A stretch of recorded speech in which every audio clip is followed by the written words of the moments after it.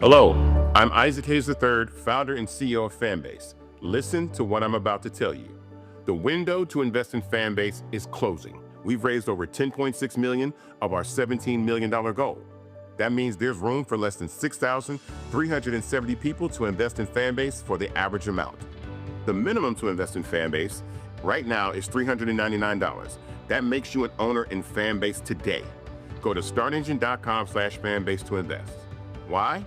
Because current social apps have taken advantage of users for far too long, with content suppression, shadow banning, harmful racist content, and no real tools for monetization and equity. Fanbase has over 1.4 million users and counting, allowing anyone to reach all their following and monetize their content from day one. Social media is the new TV, and whoever owns the apps that distribute that content have the opportunity to own potential billion-dollar companies. While big platforms with uncertain futures are failing to serve their users, Fanbase is stepping up to fill the gap. Don't wait until it's too late. Invest now, invest for yourself and your future. Go to startengine.com/fanbase and own the next generation of social media.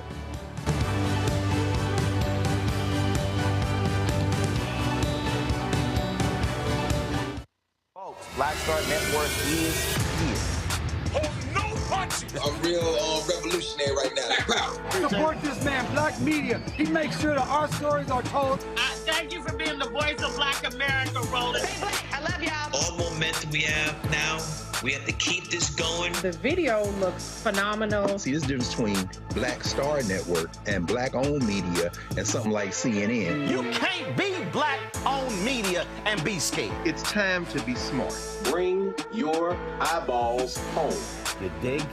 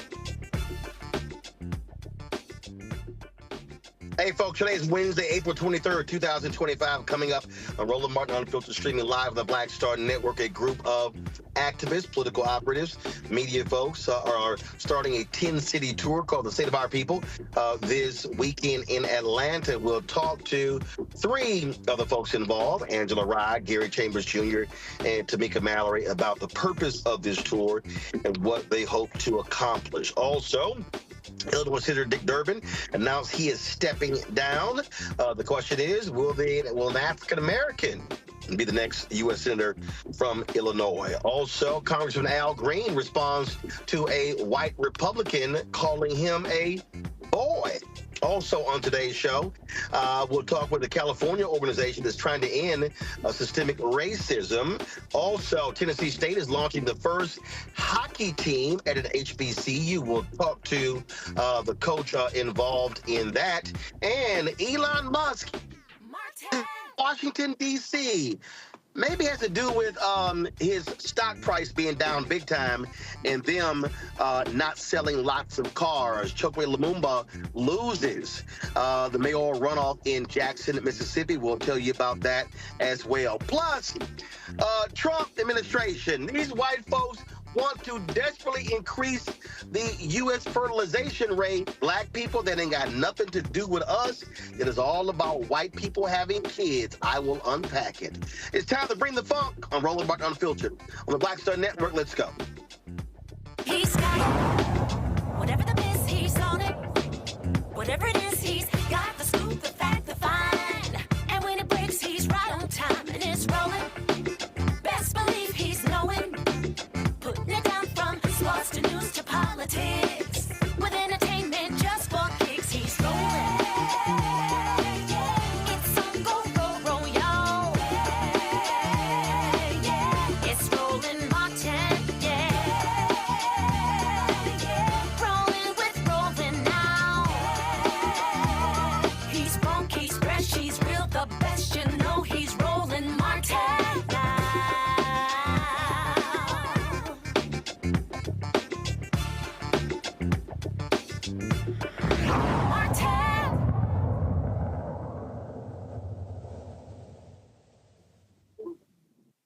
In the last election, a lot of black folks picked the couch over participating in the election. We've seen a big drop-off in the last 5 elections of black turnout. Not only that, you see changing focus of millennials and Gen Z, and of course the upcoming generation Alpha compared to Gen X and baby boomers. So what you're seeing right now in black America is really a state of flux. So the question is, a lot of people are saying, where do we go? How do we move forward? What is the next step? Well, this weekend in Atlanta, a 10-city tour is kicking off called the State of the People Power Tour. Focus is to not just get African Americans to focus on the issue of voting, but also the issue that matter in our community. How do we teach and get people to understand that they have power even if they don't believe so? Joining us right now is the co-host of the Native Land Pod, Angela Rye. We have the co-founder of Until Freedom, Tamika Mallory, and of course Louisiana activist Gary Chambers Jr. Glad to have all three of y'all on the show. First off, Angela, this tour, how did it come about? How did it start? How did it even just rise up from an idea to actuality? Thank you, Roland, for having us, dear brother. We're so grateful. We can't wait to see you on this tour. I hope that you will join us on one of the many stops. As you know, we did a State of the People marathon that took place the same night as Donald Trump's joint address, and hundreds of people, Black folks from all over the country, from NAACP, LDF, to Until Freedom, to Ibram Kendi and the Emancipator, all came together to give and provide our community content for 24 hours. And when we were done, people were like, so now what y'all about to do? So we sat together, and Tamika Mallory and our good friend Pastor Mike McBride and others said, well, we were going to go on a tour anyway, so maybe we should just fold this thing in. And what we've learned along this journey is that we're so much more powerful together across generations, to name Tiffany's other podcast. When we think about across income, across geographical locations, even though I will say in front of my dear brother from Louisiana, my sister from New York, that Los Angeles on the best coast will win in terms of how many people student will come out. We're doing community service role. We're doing workshops holistically, really helping our people to understand everything from land ownership to how to survive in an era where you're attacked on every single side. So we're covering education. We got a field hearing on Saturday, and we have a big rally on Sunday. And what has been so dope about this is I keep saying it is an embodied love letter to our people to help people understand just how important it is for us to be in coalition now more than ever. Gary, that's a number of things that are being done. But in terms of what do you want the ultimate achievement to be? Because at the end of the day, organizing and mobilizing is one thing, but having a clear pathway, a goal of what's next, how do you see it? For me, it's about engaging our people on a personal level. One, you got to see about folks before you can ask them to be engaged in anything. And so the first aspect of this is going to see about our communities, discover what are the needs in each of these communities. There are black papers that are being released where a collective agenda can be shared as a community collectively around the country. There's also the ability for us to meet with local officials in these communities and begin to have direct conversations with them about deliverables that they want to see for their communities. Also, the ability for these communities to begin to work together at a different level of collaboration, right? One of the things that we have done as a collective is sit with hard conversations so that we can be the most impactful. One of the things that we see on the conservative side is they put egos, agendas, and objectives aside for the mission. And the mission right now is saving our people. The mission right now is ensuring that our people understand what is at stake ahead so that we can mobilize our people when that time comes. Tamika, this weekend and Saturday and Sunday is Atlanta, but you've got Atlanta, you've got Durham, North Carolina, Birmingham, Montgomery, Detroit, New Orleans, Newark, Richmond, Virginia, Jackson, Mississippi, Louisville, Kentucky, and Los Angeles. How are these cities chosen and why? Well, first of all, this as a very, very grassroots effort, we pulled a lot of folks together from across the country and came up with places and spaces that people feel connected to. You have, of course, a place like Louisville, Kentucky, where we know the story of Breonna Taylor, and it feels good to be going back so that folks know we didn't just leave them after the protests. They are still front and center in this movement, and we can think about that across the country. You think about Detroit, Michigan, and the work that's being done there on the ground to address the issue of gun violence prevention and intervention, especially at the day after the Trump administration has ended funding for anti-violence groups, for many anti-violence groups. I mean, we're looking to connect real people with the real issues that are happening across this nation. Now, if Angela Rye had it her way, and I've been telling people all day today as I'm with her at a conference that she's my boss. And so if she had it her way, we would be traveling the entire country. We unfortunately were not able to do that yet. And so there was a real democratic process, if you will, where people got together and had tough conversations about where can we go? Where do we have capacity? Where do we have people who are organizing? And how do we vote on those cities and make a decision about where to start? Because it is truly just the beginning of this tour. We think that as long as, and even beyond, because Roland, you know, you've covered the work that Until Freedom does. We do touring all day long. We knock on doors across this country. We go out into communities all the time. And many of us do that. Many of the people who are engaged in this effort, we're just supercharged, bringing it all together and really concentrating on specific places, which in my mind, and I think Angela and Gary will agree, is very regional. Just because we're going to be in Newark, New Jersey, does not mean that people from New York City, people from Philly, people from Washington, D.C., people from all around the area, from Connecticut, can't be there as well. We're trying to touch as many places across the country as possible. And I just want to say this last thing. We know that our people across this nation have been finding ways to self-sustain for a long time.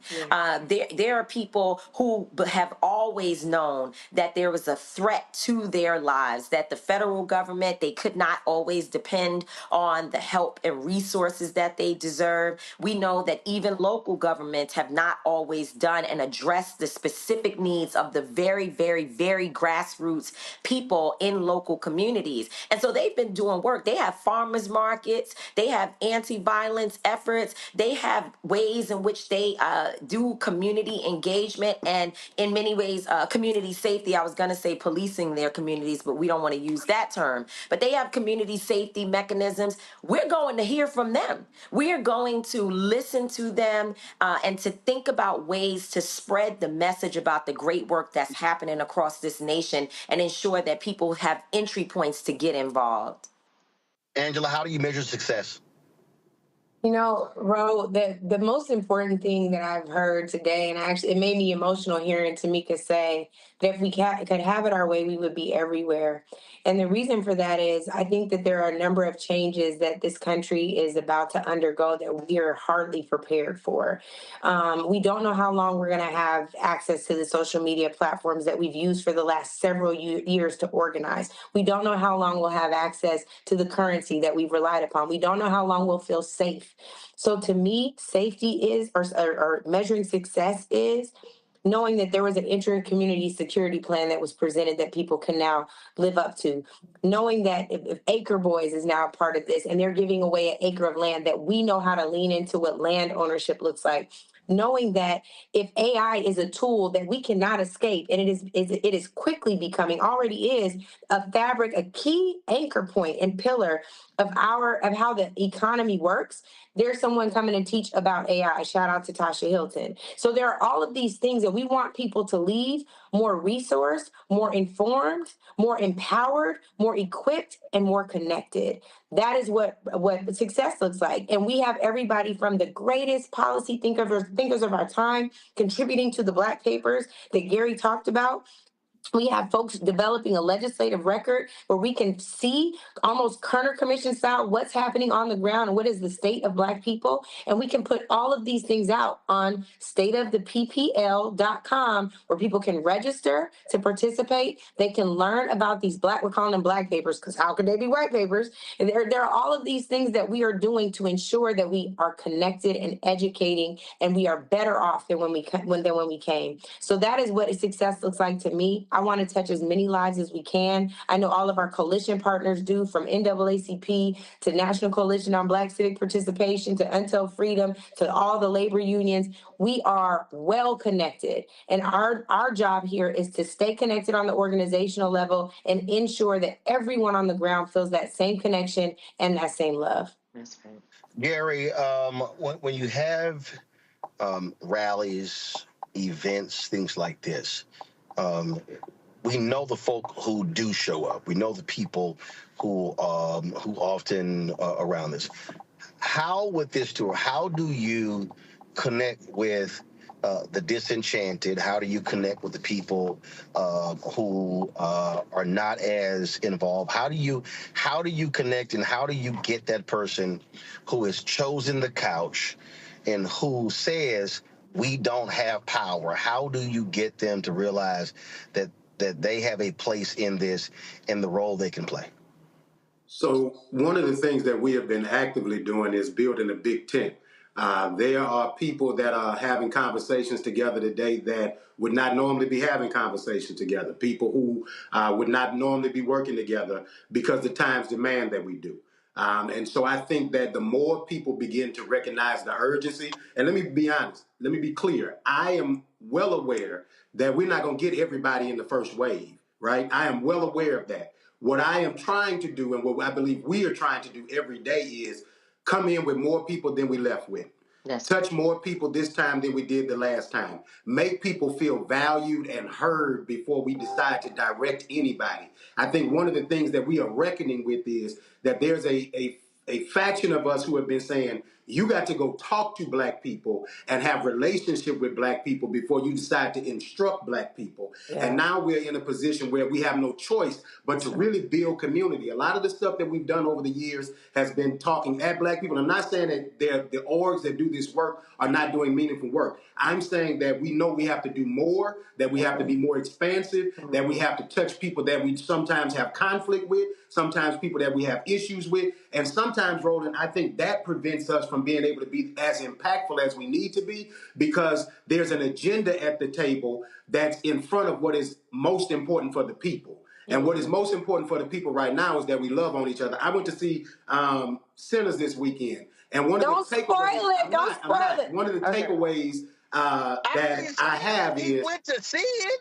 I just didn't know what was coming next. I got nervous, bro. I was like, don't spoil it for the people. They're going to cuss you out. I ain't going to do it. I went to see it. Like Warsaw. All I'm going to say is, I think that the movie gives us a clear indication that we need each other, that we need to love each other, and that loving each other and working together is how we solve the problems that we have. Yes. I think that there's been a lot of focus on Trump. There's been a lot of focus on what other people are doing. There's been a lot of conversation about what black folks aren't at the front of the protest. Black folks aren't out there leading the charge. Black folks are figuring out how to take care of black folks. Black folks are figuring out how to be concerned about black folk. And that is what you see right here, that leaders around the country have been figuring out how do we effectively, strategically, and with heart go into our communities and love on our people. Absolutely. Roland, before I just want to jump in on that. It's, when you talk about how do we bring people together who are not generally a part of the activism that all of us are engaged in. One of the things we learned when we were in Louisville, Kentucky, was that it was definitely justice for Breonna Taylor, but there was also a need for justice that there was a food desert, that people had one supermarket, if a supermarket at all, in the radius around where they lived, and they wanted to talk about that as well. We found out quickly that inviting people to a protest, perhaps they would show up, but they definitely came out when we delivered 4,000 boxes of food on specific weekends to families. That's how we learned and met and was in relationship with the larger tent of people that Gary is speaking about. And right now, the people who are working in Louisville on the committee to bring together the State of the People Power Tour efforts, they're people who did not know each other pre-Breonna Taylor. They met as a result of the organizing that all of us did collectively. There are people who are working who really, to be honest, they would never talk to one another if it had not been for a horrific tragedy. And I smile because the drama, honey, it was spicy, baby, when we first all came and had to get together and have some basement conversations where people from different thoughts, different ideologies, different, ways of wanting to lead, and different ideas about the way forward in our community, they came together and they worked together, and now they're in the tent. They are working on the State of the People Power Tour, and they have produced many things prior to this effort. They have run for office. You have people now who are actually leading in the state legislature and other places, and it happened because we had the hard conversations and the difficult work of pulling people who don't necessarily know one another, and some of them don't even like one another, together around a common cause. It was Breonna Taylor at that time, which of course that remains Tamika Palmer, Breonna's mother, is involved in the State of the People Power Tour. But right now, it is the state of all of us. It is to keep our communities from having Breonna Taylor's continue to be unfortunate casualties in our community. And that's why I'm happy to be a part of it. And there's so many other people who some are like mine and some are not, to be a part of this effort. Last round of questions, Angela. What often happens is a lot of times it's a whole lot of issues. You'll have events, and there are a lot of things people say we need to do, and so how do you narrow these things to get folk to focus to be able to achieve results? Because again, we've seen other efforts, and it's a lot of things on the table. And then when you come back, then it's like, well, what actually got accomplished? And so, talk about how that is being articulated, where you talk about what needs to be done, but also you're getting people to understand that it's a process to actually show results from that, so people gain, let's say, they gain not awareness, but they actually feel as if progress is happening because they're seeing it happen. Mm-hmm. Yeah, I think, Ro, this is it's not just a logical and metric based effort, it is spiritual work. This is work that is being defined by a lot of prayer, a lot of discernment, and we're very grounded. And I think that if one of us is off every day, somebody's there to refocus us. Sometimes that person is Gary, sometimes it's Tamika, sometimes it's Mike, sometimes it's Latasha. Latasha say, "Hear me," and we got to hear her, right? Like we are a group, a coalition that is very grounded by, we've got to meet the needs of our people. So at every turn, our main focus when we start is, what do you need? And then listening to the answer, not defensively, but being open to receive what the community needs. When we meet those needs, mission accomplished. It does not mean that there are no more needs, but it means that we open the door and we have begun the conversation and have begun that work together. Again, to Gary and Tamika's point, there are a lot of orgs that do this work every day. We are proud to go in coalition with them, align with them, and support that work, and also strengthen that work and perhaps even grow it. That second day around action and empowerment has everything to do with, okay, now we've met needs, we've heard what some of the challenges are, we've seen how we've got to come together. Now, what are our next steps? Some of those next steps are around the Black agenda that Gary talked about with our Black papers. Some of that will be more determined when we get to our national convening on Juneteenth in Baltimore. But at every step of the way, we are meeting, we are working very hard in this work. Many of us are not sleeping enough. That's why I sound like a little boy going through puberty, right? There are a lot of things that are going on in real time, and we just have to keep pushing ahead. What I'm going to say to you, Roland, is what I've said to other people. Tamika and I have been on calls today asking folks to join in, and I would say this to you and to your audience. When you go to stateofthepeople.com, and it's domain's been here a long time, so it ain't people, it's stateoftheppl.com. I want you to go in and see where you feel called. I want you to go in and determine if you feel more called to going to feed seniors or to help kids get access to banned books. We got banned book libraries being stood up in Durham, North Carolina, and in Raleigh.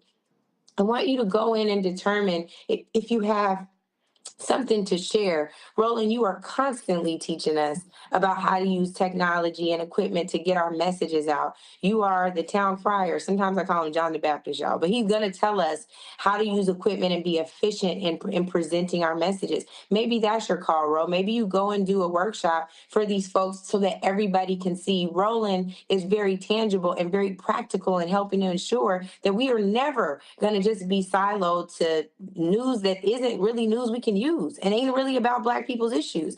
Maybe that's the call. Maybe the call is to continue to help amplify this. Maybe the call is to share on a rally stage. Whatever it is, everyone has a call and a responsibility in this moment if they take the time to just hear.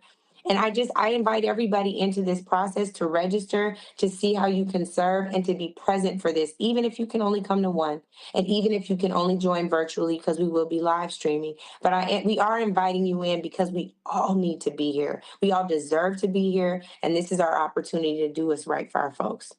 So we talked about a 10-city tour that Andrew decides to throw in a Juneteenth national event on June 19th. We ain't got no information on. But just you're gonna come, Ro. If you come on the calls and you come to one of the first cities, which I know you're gonna do. I know you're gonna do. June 19th, I'm already in Charleston, West Virginia. June 20th, I'm in St. Louis. June 21st, 22nd, I'm in LA. That's fine. Yeah. You just don't have to come virtually, Ro. But that's the whole point of technology, Gary. The same. So come teach a workshop. The same question I just posed to Angela, because I want you to use what y'all did in Louisiana. A lot of folk, again, want to do a whole lot, but how do you also want to get people to get them to narrow that down, or as I say, to understand you got macro problems, but you got to have micro solutions? Mm-hmm. So I'm glad you brought up what just happened in Louisiana, because I think that what has been taking place in Louisiana is exactly kind of what we're doing in this tour. We went around the state and saw about people, had conversations, and made things as plain as possible for Black folk. When we made it as plain as possible for Black people, showed them the level at which these things impact them, then those folks went out and mobilized. We got to also show that that is a win that we got to build on, right? And go into other communities and show that when Black voters turned out at 37%, when we make up 34% of the population, and we were 37% of the turnout in early voting, that we were shifting the entire electorate, that we have the capacity to do that in other communities, in other local elections. There's mayor's races happening every day. You just mentioned what happened in Jackson, Mississippi. There's races all over the country. There's a governor's race in New Jersey. There's a governor's race in Virginia. There's a governor's race that's going to happen next year in Georgia. So all of these are conversations that we've got to begin to center our people around understanding their power on the front side, right? And so what Louisiana, I think, is understanding is what's rooted in our power, and then take this one win that we got today to fight for the next win tomorrow, because this is a marathon, not a sprint. We have to understand that incremental change is still change. It is still change. And though we want change to be faster, though we want it to be wholesale, though we deserve it to be faster and wholesale, that we're going to take every inch forward that we can, because there are people that are working every day to put us miles behind.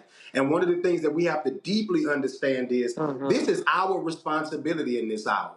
Our responsibility is to inform the people who don't have the knowledge, because I think one of the things is we have put an expectation on people without ensuring that people have the understanding that we have. I use this analogy all the time. I woke up this morning at 6:30. Tamika woke up at a different time, and Angela woke up at a different time.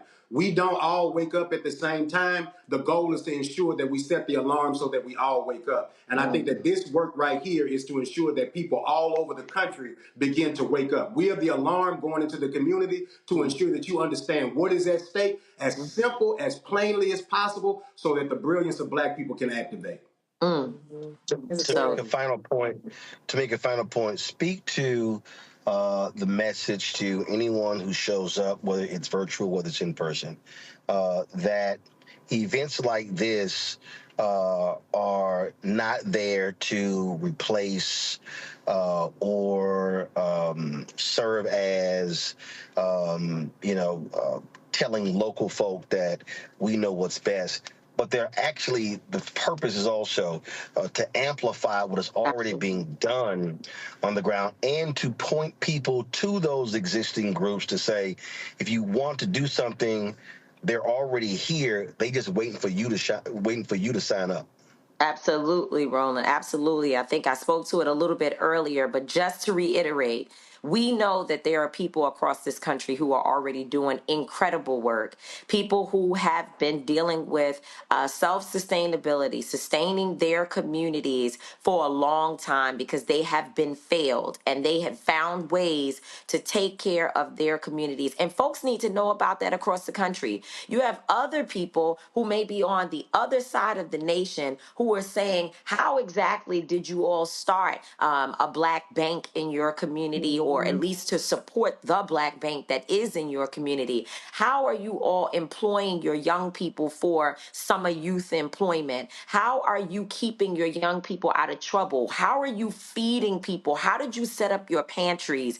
And how are you electing public officials? Because that's a whole other thing. We talk about Gary and the work that was done there in Louisiana. You got people across this country who are saying, I want to run for office, and I'm trying to figure out how to build my kitchen cabinet and how to let people know that I'm here and I actually represent the values of the people. Their voices need to be elevated. And what I appreciate about this volunteer effort, I think that is important for us to state so that people will know. We don't want folks to get off of or to leave this interview today saying, oh, they just getting paid to have a tour. No, Everybody who is working on this tour are highly skilled individuals who are not making a dime. We are all volunteering our time because we believe that this work is important. But there are some high-powered people, people who have major platforms, people who have run campaigns, people who've won, people who haven't won that have information about what not to do. We have people who are educators, people who are lawyers, people who are fighting for our communities in incredible ways.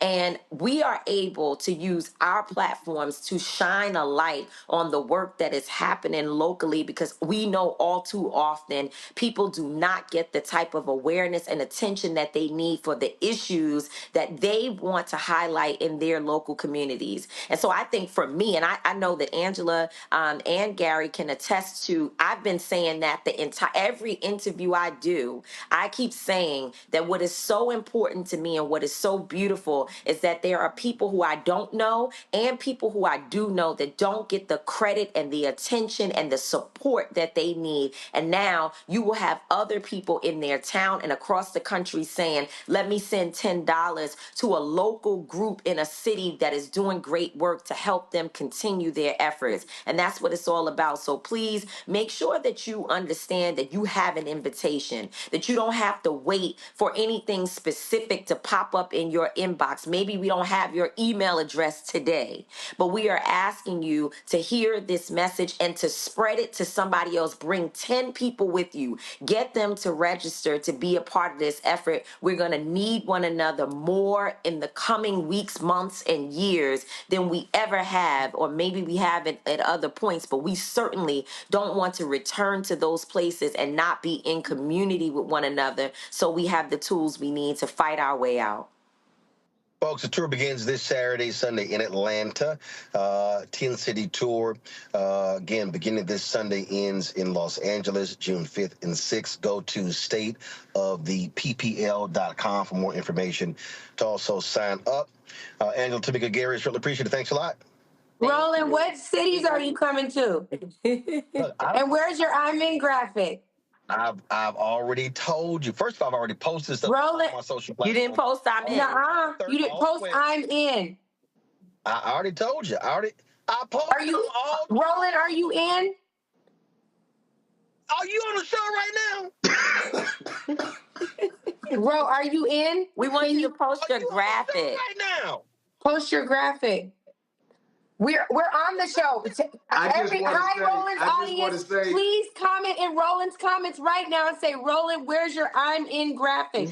Tell them that you're in too. Stateoftheppl.com. 3 days.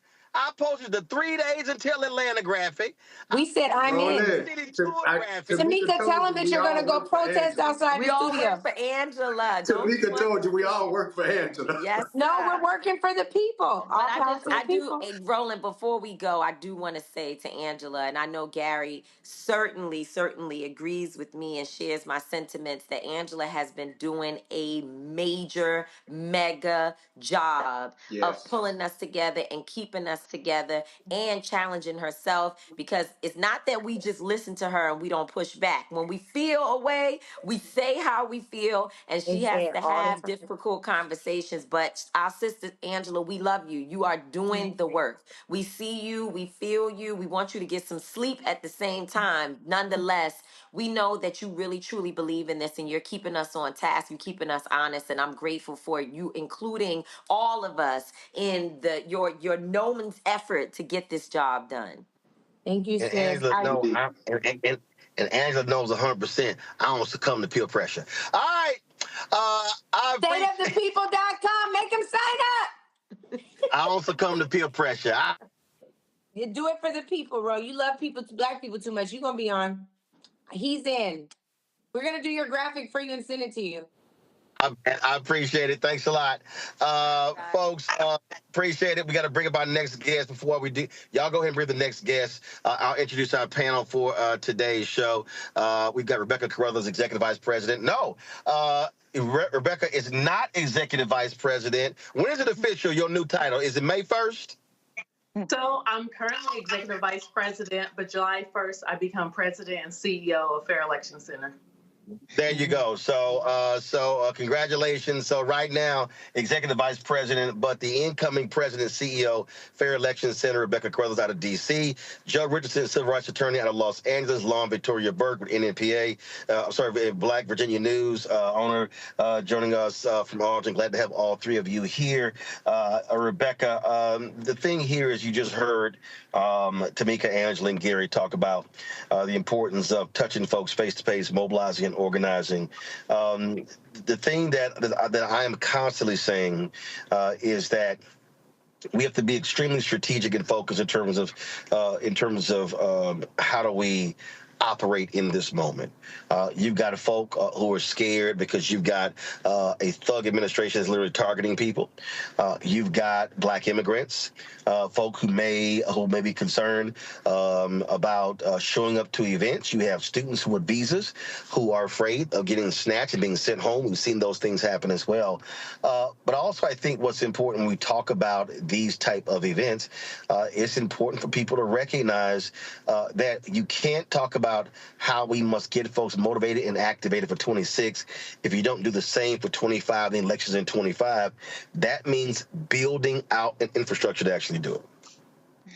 Yeah, absolutely. Like I've mentioned in the program before, across 46 states, there are elections this year. That's 100,000 seats. What's really important, I can say this from my experience of having campaigned or done political work in about 36 states, when you are working with national entities and you're going local, it's very important to make sure that you're extremely responsive to people on the ground, because it's going to be the people on the ground who's going to provide the wraparound services for these different communities. Like Tamika talked about when she was in Kentucky, there was an influx of people showing up when they were giving out food. We know that 19% of the federal government before the layoffs happened were African Americans. So we know that there are communities across the country that are being decimated with these layoffs. There are people who are hungry, people who aren't able to make their mortgage, aren't able to pay for basic everyday needs. So it's very important with a tour like this is to collect information, know who's in the audience, make sure that local groups are connected so those follow-up and wraparound support and services occur in these communities in order for an event like State of the People to be successful.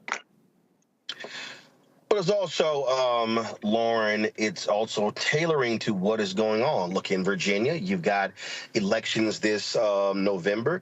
Democrats control the House. Don Scott remains as Speaker. If Democrats control the Senate, Luis Lucas is the one who controls the money in the Senate. If the MAGA Black Lieutenant Governor, Winsome Sears, is defeated, Democrats hold the governor's mansion.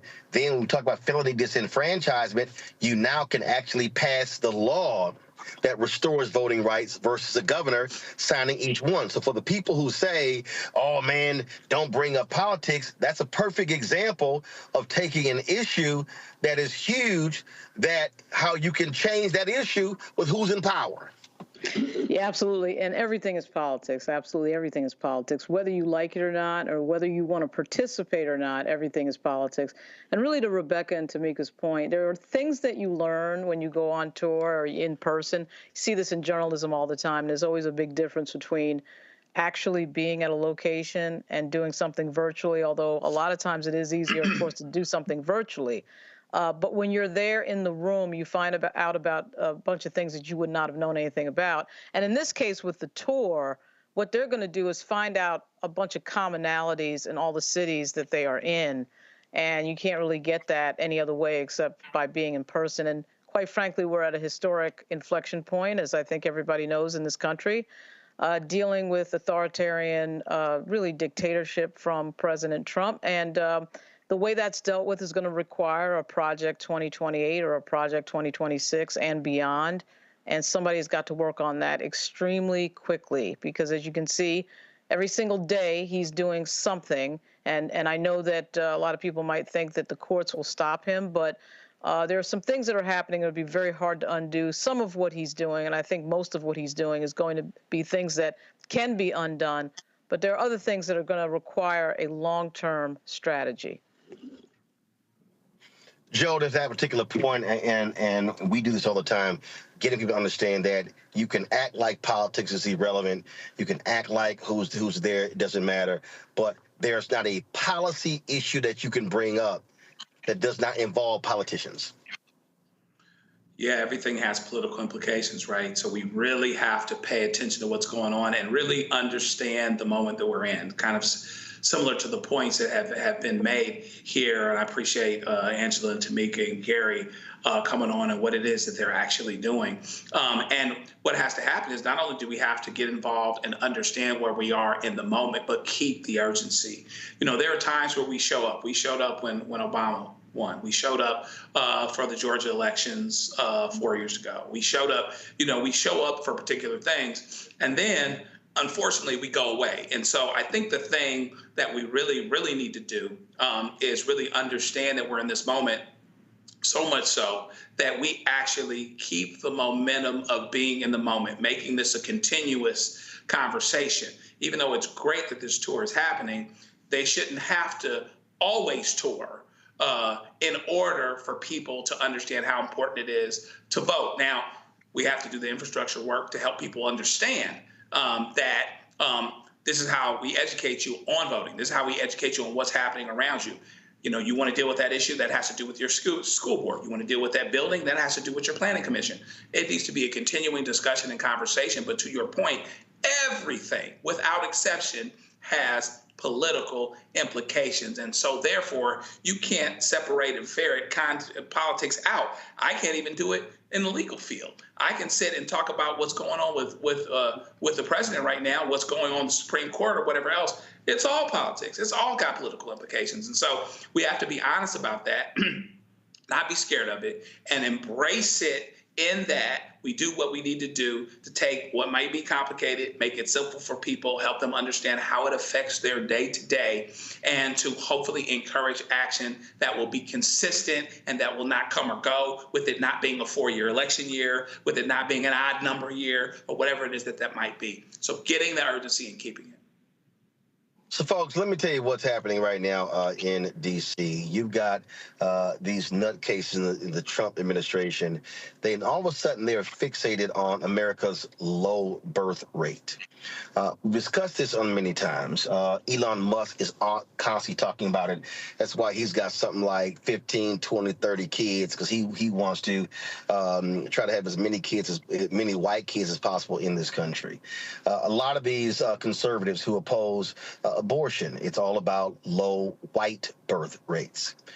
If you look at what's happening around the world, white people are not having babies. And so one of the reasons you see people angry about immigration in America, it's the same reason they're mad about immigration in Germany, immigration in Italy, immigration in England, immigration in Ireland, because white people worldwide are not having as many kids. The world is becoming more brown. That's what this is all about. Joining us right now is Thana Hickman, CEO and founder of Viola's House. Thana, glad to have you here. The Trump folks are talking about a $5,000 check, a bonus, whatever the hell. I saw these white women on Fox News talking about it. I saw Whoopi Goldberg discussing it. And let's just be clear. I've been telling our people, this ain't got nothing to do with us. This ain't got nothing to do with Latinas. It ain't got nothing to do with black women. This is about the Trump administration trying to incentivize white women to have kids. That is absolutely correct, Roland. Thank you for having me. First of all, it's not our business what we do with our kids. Let me be clear with that. The conversation does not need to be, how do we have more babies? The conversation needs to be, how do we get every child in America to actually thrive? And the way to do that is to provide more housing, more access to health care, more educational services. Providing incentives for having a child is just dangerous, especially when black women are dying at 3 to 4 times more than any other rate. It is dangerous, and we cannot focus on that. We have to focus on the services that are needed for these children to thrive. There's no access to health care. There's no access to quality education, housing, and those are the things that are needed right now. But to incentivize without supporting more maternal care is just dangerous right now. See, here's what's amazing to me. You've got Elon Musk and Doge and Donald Trump getting rid of USAID, hurting and killing food programs around the world that's leading to people dying. You had a woman in Myanmar where they cut off the money flow. This was the first program they cut off. This woman was dependent upon oxygen and she died. So I'm confused.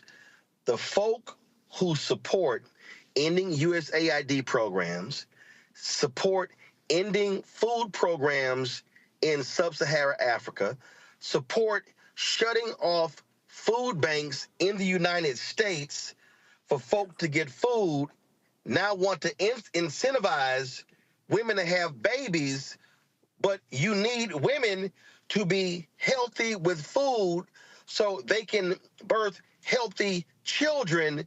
But you're now saying $5,000 again. They are not talking about poor people. They ain't talking about poor white women. They're not talking about black women or Latina women or Asian women. They are talking about white college-age women. That's what this is all about. So I don't want nobody black thinking, oh, they get us a $5,000 check. They don't give a damn about no black babies. Exactly. And the Black community really needs to consider that the healthcare system is biased. The training is implicitly biased, and this will not work in our favor. To take an incentive like this without there being any resources available right now for maternal health. We just finished Black Maternal Health Week. We heard so many stories of husbands losing their wives, grandmothers raising their children, their grandchildren, because we are losing our Black women due to the healthcare system when they choose to give birth. We need to shift our focus now, and we're working directly with the White House, Roland. I was just there 3 weeks ago talking about our maternity housing program because the funding for maternity housing has been cut. And so we're working with them, making them understand the importance of maternal care. Programs like AmeriCorps has just announced that they're looking to cut that. That's the workforce development that nonprofits use so that we can continue to provide the maternal care services. We focus on the social determinants of health and not incentivizing mothers to have more babies in our communities will directly be impacted by this. Yeah, so you can't sit here. I mean, listen, y'all deal with women who have unplanned pregnancies. These pro-lifers don't give a damn. They don't give a damn about that. They don't see if the pro-lifers actually gave a damn about these women, you should have $100 million in your bank account. Well, see, I mean, I'm just gonna go ahead. I'm just gonna go ahead and say it. See, and this is my whole deal. This is why when I challenge a control room, I need to get that clip ready. When I challenged a black Trump supporter, a black female conservative, I said, no, you are anti-abortion. You are not pro-life. I said, y'all want to y'all want to end Affordable Care Act. Y'all want to make cuts to Medicaid expansion. Y'all want to cut Social Security. You're cutting housing grants. You're cutting DEI programs. You're cutting job training programs. You're cutting. So if a woman, so let's be real clear. They ain't providing services for daycare. So let's just really, if we want to break this thing down, listen, I have not had biological children, but I've raised 6 of my nieces. And I know what it was like when my twin nieces came to live with us, and all of a sudden, boom, I got to get daycare. That's $1,500 to $2,000 a month. So you want to incentivize. So you want to incentivize. Then you got Republicans who want to put work requirements into more programs. But the problem is, if you're a woman and got a kid, but you want to put work requirements in, I now got to make a determination. Oh, for me to get SNAP benefits, I got to have a work requirement. But if I get a job, who's going to take care of my kid? Because daycare is too much. You ain't incentivizing that. This is why this program is bullshit. They are trying to incentivize white suburban women, white college women. That's what this is about. This is not about Black and brown women. But Roland, the problem is that demographic doesn't need the incentive, and it's our demographic that will fall for the incentive. You will have teens giving birth and homeless. You will have people in the Black community giving birth with a lack of access to resources. It's going to put more strain on the social services that nonprofits provide. It is going to increase the need for food stamps. It's going to increase the need for Medicaid. What will happen is an incentive like this will appeal to the wrong demographic, because that demographic doesn't need the incentive. Right. Absolutely. And that should not be the focus on how do we get more babies. We've got to focus on the babies that are here, that are at hand, from the womb to the tomb. So if they are here, we've got to focus those resources on the babies and the families that are needing the resources now, without incentivizing to bring more babies here into the communities with the most disparities. If y'all have the clip ready, go ahead and run it. Tate Reeves is not doing it in Mississippi. And so what I'm saying is this here. No. What I'm saying is this here. When I listen to Republicans talk about being pro-life, what I want to know is where their pro-life stances when it comes to Head Start. Where their pro-life stances when it comes to prenatal care. Where their pro-life stances when you have Black women who have a high rate of dying in childbirth. Where are your pro-life policies when it comes to infant mortality? What I'm saying is when you are a Republican in the state of Mississippi, and you push a law and the Supreme Court overturns Roe v. Wade, and you are ill-prepared to handle the 5,000 new babies, maybe because the money that you could care for the poor went to Brett Favre. That's right. And all I want to see is the governor of Mississippi, who's opposing Medicaid expansion, seeing rural hospitals shut down in his state, and you got white women and Black women who are dying, and Republicans control the legislature. They control the governor's mansion, so don't tell me they are pro-life when they are unwilling to accept Medicaid expansion, but then they say we don't want to accept federal money from the federal government when they send $1 to the federal government and they get $4 back. When you look at this concept, what you're saying to me right now is that because you believe that Republicans are not supporting pro-living, I disagree. I look at the Republican support for community health centers. I look at the Republicans trying Where? Everywhere, Roland. South Carolina. South Carolina. North Carolina. Tennessee. Georgia. Arkansas. Texas. Mississippi. Alabama. Exactly. They all are against Medicaid expansion and rural hospitals. Roland, are you telling me rural hospitals? Are you literally telling me that rural hospitals in Mississippi, Alabama, Texas, Arkansas, Tennessee, Georgia, North Carolina, South Carolina are not shutting down?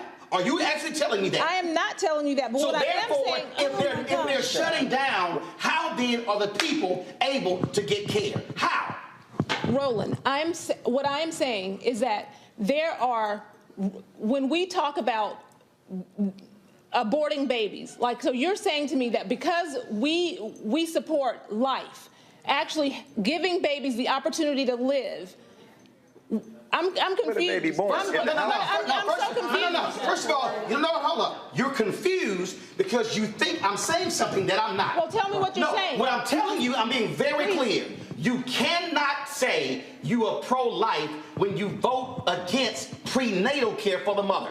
You cannot say you are pro-life when you vote against Head Start. Right. You cannot say you are pro-life when you do not want to expand Medicaid to keep hospitals open. You cannot say you are pro-life when you have OBGYNs who are not available in your state. You cannot say you are pro-life when you have black women who are dying at a higher rate during childbirth and you do nothing public policy-wise to fix it. You cannot say you are pro-life if you allow infant mortality rates to be sky high in areas where there are black and brown people. What that tells me is you are anti-abortion. You are not pro-life. Right. Because if you are pro-life, you care about the child in the womb and when the child is out. And if you are pro-life, you are standing there with black folks when their kids are killed by cops. You are not silent. So if you are pro-life, be pro-life from the womb to the tomb, but not just in the womb. Okay. Simple as that. And I don't mean to be I don't mean to be flippant what I'm about to say, because I want people to understand. The easiest part is to have the child. Let me be real clear. The easiest part of this process, I'm not being flippant, is to birth the child. The hard part is now raising the child. It's health care. It's a job. It's housing. It's food. It's education. All the things around that. This is why these people are idiots. They are literally trying to push through a massive tax cut to benefit the wealthy in this country, and they want to drive up birth rates in America, but literally cut the programs that can help somebody raise a child. That is just utterly illogical. And we are already strained at this point. The nonprofits have lost over 10,000 employees in the last 70 days. And we are the hands and the feet in the community, especially the African-American-led nonprofits. We have a different grit where we understand these communities, we understand the needs, and we are the ones that are suffering with the funding cuts. We have more families coming to our door in our social service agency now more than ever. Roland, we just had to open a second maternity home for mothers over the age of 30 with multiple children. I just walked into our second maternity home. There's a 37-year-old woman in there who had been living in a general population shelter for 8 months here in Dallas with her 1-year-old and her 4-year-old. We are in unprecedented times. So while we're stepping up to meet the demand of the community, at the federal level, our funds are being cut. We just lost our maternity group home grant. $1.25 million. We are threatened right now to lose 29 of our AmeriCorps members that are client-facing and serving the community. We have put in years of workforce development with AmeriCorps members, and now we are under threat to lose those, which will impact our budget. But the need in the community is not going to go away. It is increasing. We gave out over 7 million diapers last year to the community because that's the need that we're seeing. But everything is being cut, and then now we have an incentive program for more babies to come. We've got to focus on the problems at hand, not creating more problems in our community because it impacts our communities. That's where it impacts our communities, not the other demographics.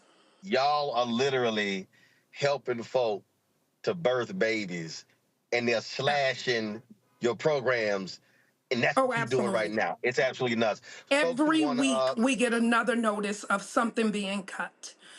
For folks who want to support Viola's House, where do they go? They can go to www.violashouse.org. All right, then. Folks, you see right there their Facebook page, Instagram account, the email, info@violashouse.org. You see the website as well. Thon, I certainly appreciate it. Thank you so very much. Thank you, Roland. Folks, going to go to a break. We come back. We're going to talk about this with our panel. We're also going to talk about a program out of California where they're trying to combat issues of systemic racism. And so we'll talk to them about that. Also, we'll chat with the brother who's trying to start the first ice hockey team in the HBCU. Lots of stuff we're going to talk about, including Elon Musk getting run out of D.C. I think it's because them sales down 71% on the Teslas. I wonder if that's the real issue. All right, y'all. We're going to break it all down. Support Roland Martin Unfiltered. Join our Bring the Funk fan club. If you want to support our show, via Cash App, use the Stripe QR code. You see it right here. If you're listening, go to blackstarnetwork.com. If you want to send a check and money order, please do so. Make it out payable to Roland Martin Unfiltered. Roland Martin Unfiltered. P.O. Box 57196, Washington, D.C. 20037-0196. PayPal's R Martin Unfiltered. Venmo RM Unfiltered. Zelle. Roland at RolandSMartin.com. Roland at RolandMartinUnfiltered.com. We'll be right back.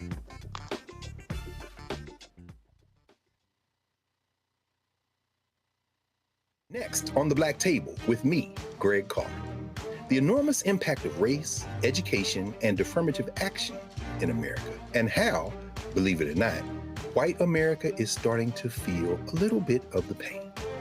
Dr. Natasha Waraku joins us with a case study of one suburban community and how it reacted when the minority students started to excel. And most people didn't say this explicitly, but was that, the academics standards are getting higher in part because of the Asian kids, and that is making our kids really stressed out. So we need to reduce the amount of homework teachers are allowed to assign. She shares a perspective that you don't want to miss. That's on the next Black Table, only on the Black Star Network. On the next Get Wealthy with me, Deborah Owens, America's Wealth Coach, I'm sure you've heard that saying that the only thing guaranteed is death and taxes. The truth is that the wealthy get wealthier by understanding tax strategy. And that's exactly the conversation that we're going to have on the next Get Wealthy, where you're going to learn wealth hacks that help you turn your wages into wealth.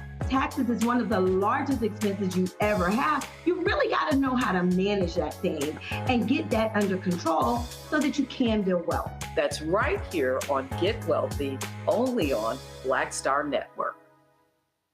On a next, A Balanced Life, we're talking about the stress of stress and trigger warnings, looking at those areas in our lives where we often don't turn the page or turn the corner, but giving us the ability to really take a deep dive and look at who we are, the people around us, and the ways in which we're triggered. A lot of times we are so stressed out because we are trying to control things that are outside of our sphere of control. That's all next on A Balanced Life on the Black Star Network.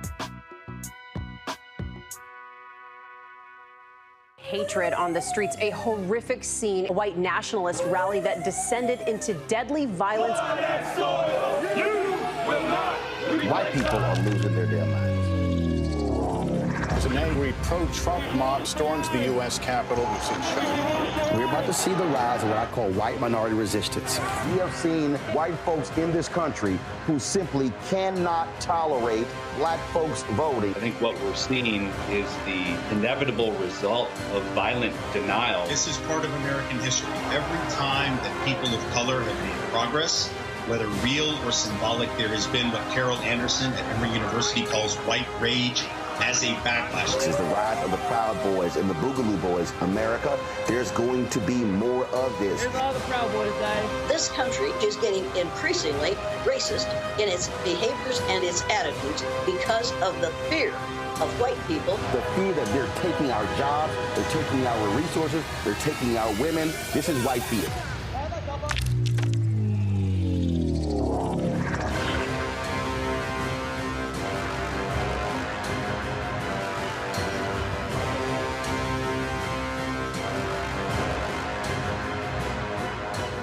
Hello, I'm Isaac Hayes III, founder and CEO of Fanbase. Listen to what I'm about to tell you. The window to invest in Fanbase is closing. We've raised over $10.6 million of our $17 million goal. That means there's room for less than 6,370 people to invest in Fanbase for the average amount. The minimum to invest in Fanbase right now is $399. That makes you an owner in Fanbase today. Go to startengine.com/fanbase to invest. Why? Because current social apps have taken advantage of users for far too long, with content suppression, shadow banning, harmful racist content, and no real tools for monetization and equity. Fanbase has over 1.4 million users and counting, allowing anyone to reach all their following and monetize their content from day one. Social media is the new TV, and whoever owns the apps that distribute that content have the opportunity to own potential billion-dollar companies. While big platforms with uncertain futures are failing to serve their users, Fanbase is stepping up to fill the gap. Don't wait until it's too late. Invest now, invest for yourself and your future. Go to startengine.com/fanbase and own the next generation of social media.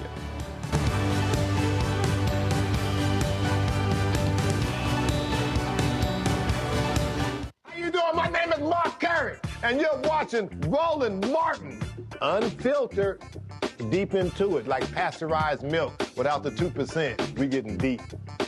You want to turn that shit off? We doing an interview, motherfucker.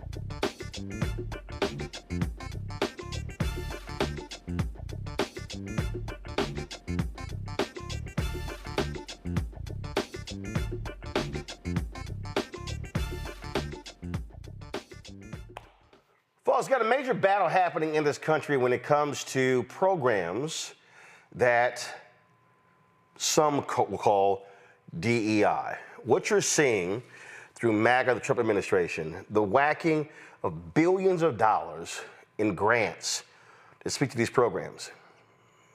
Last month, we told you about there was a scholarship program in Minneapolis. And the point of the program was to increase the number of black teachers in the state. It's a paltry number of black teachers, black male teachers in Minneapolis. Well, a white woman got upset because she couldn't attend their conference. So what do? They got rid of the scholarship. They got rid of the program. We've seen today, in the last 48 hours, Trump administration killed billions of dollars in grants to criminal justice organizations, environmental justice programs. We are seeing an all-out assault. And what did I tell y'all in January after the inauguration? What we are seeing is a complete focus to eradicate and dismantle the black economic and civil rights infrastructure that we have seen over the past 50 some odd years.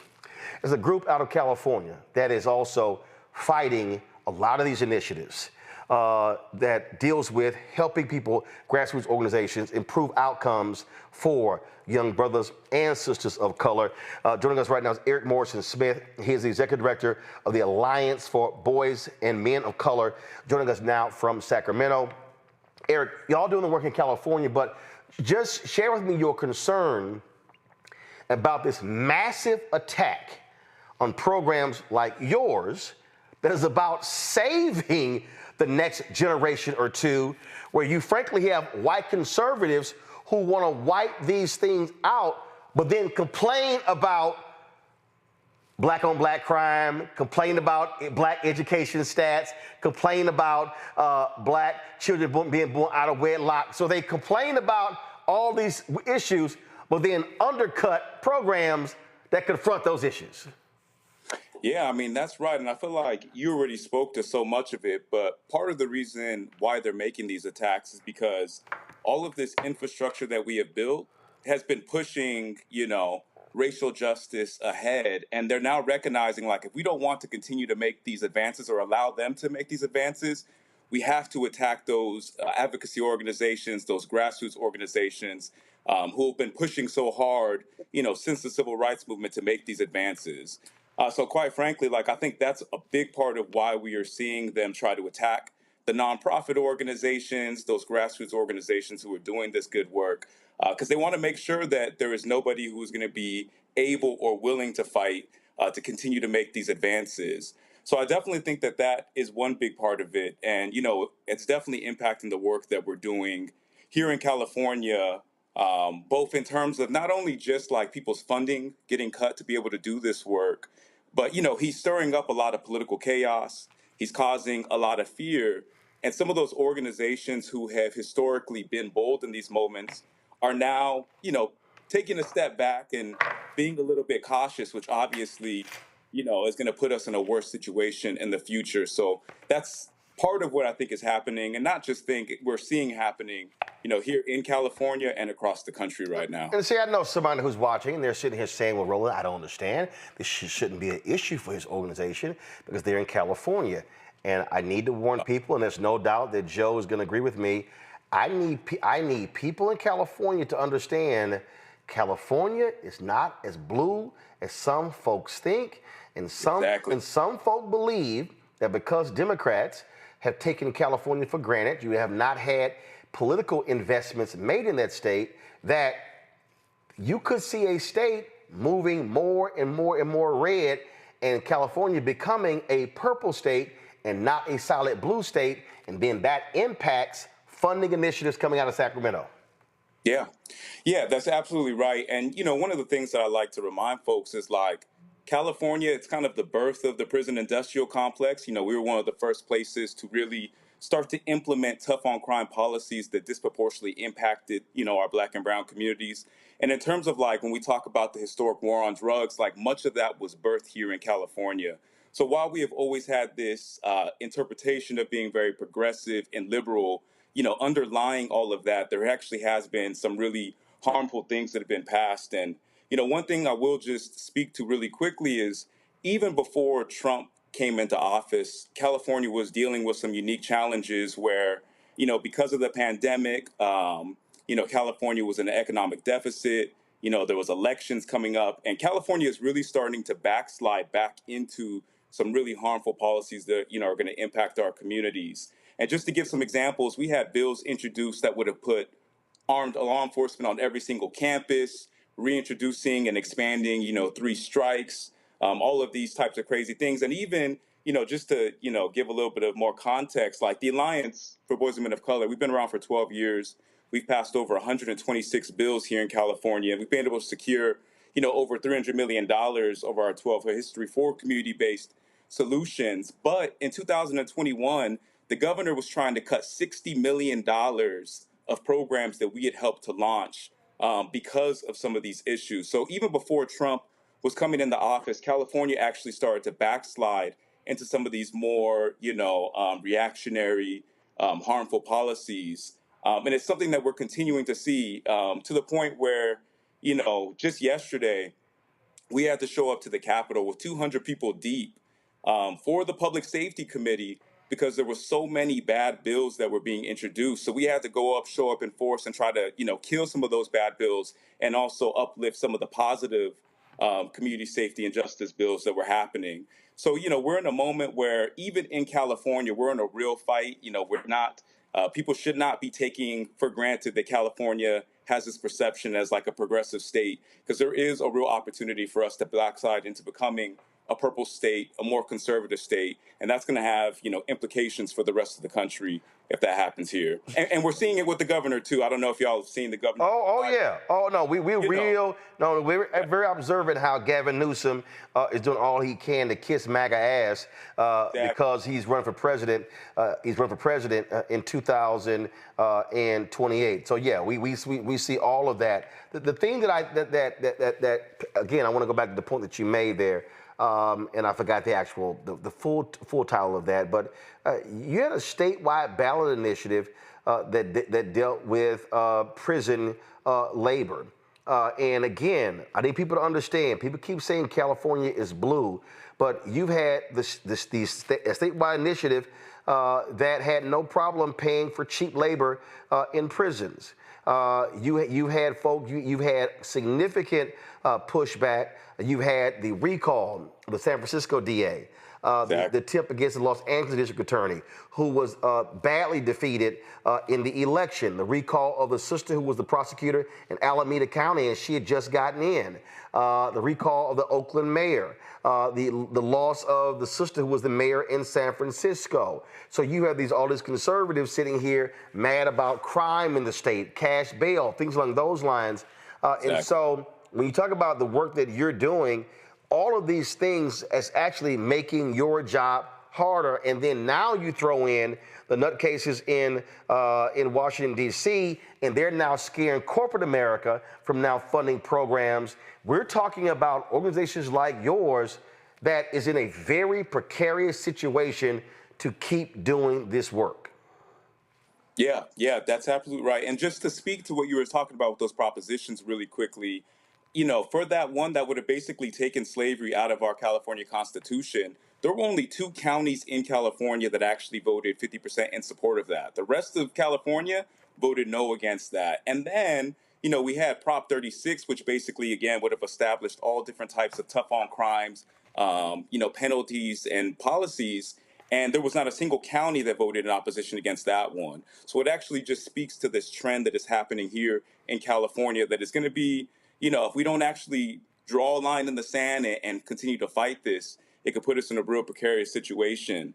But yeah, just in terms of the things that are happening with Trump, it's impacting the entire field, from philanthropy, our community-based organizations, the politicians, and it's really causing them to, again, operate from a level of caution that is not, making them to be more bold, to push back against some of these issues that we're talking about.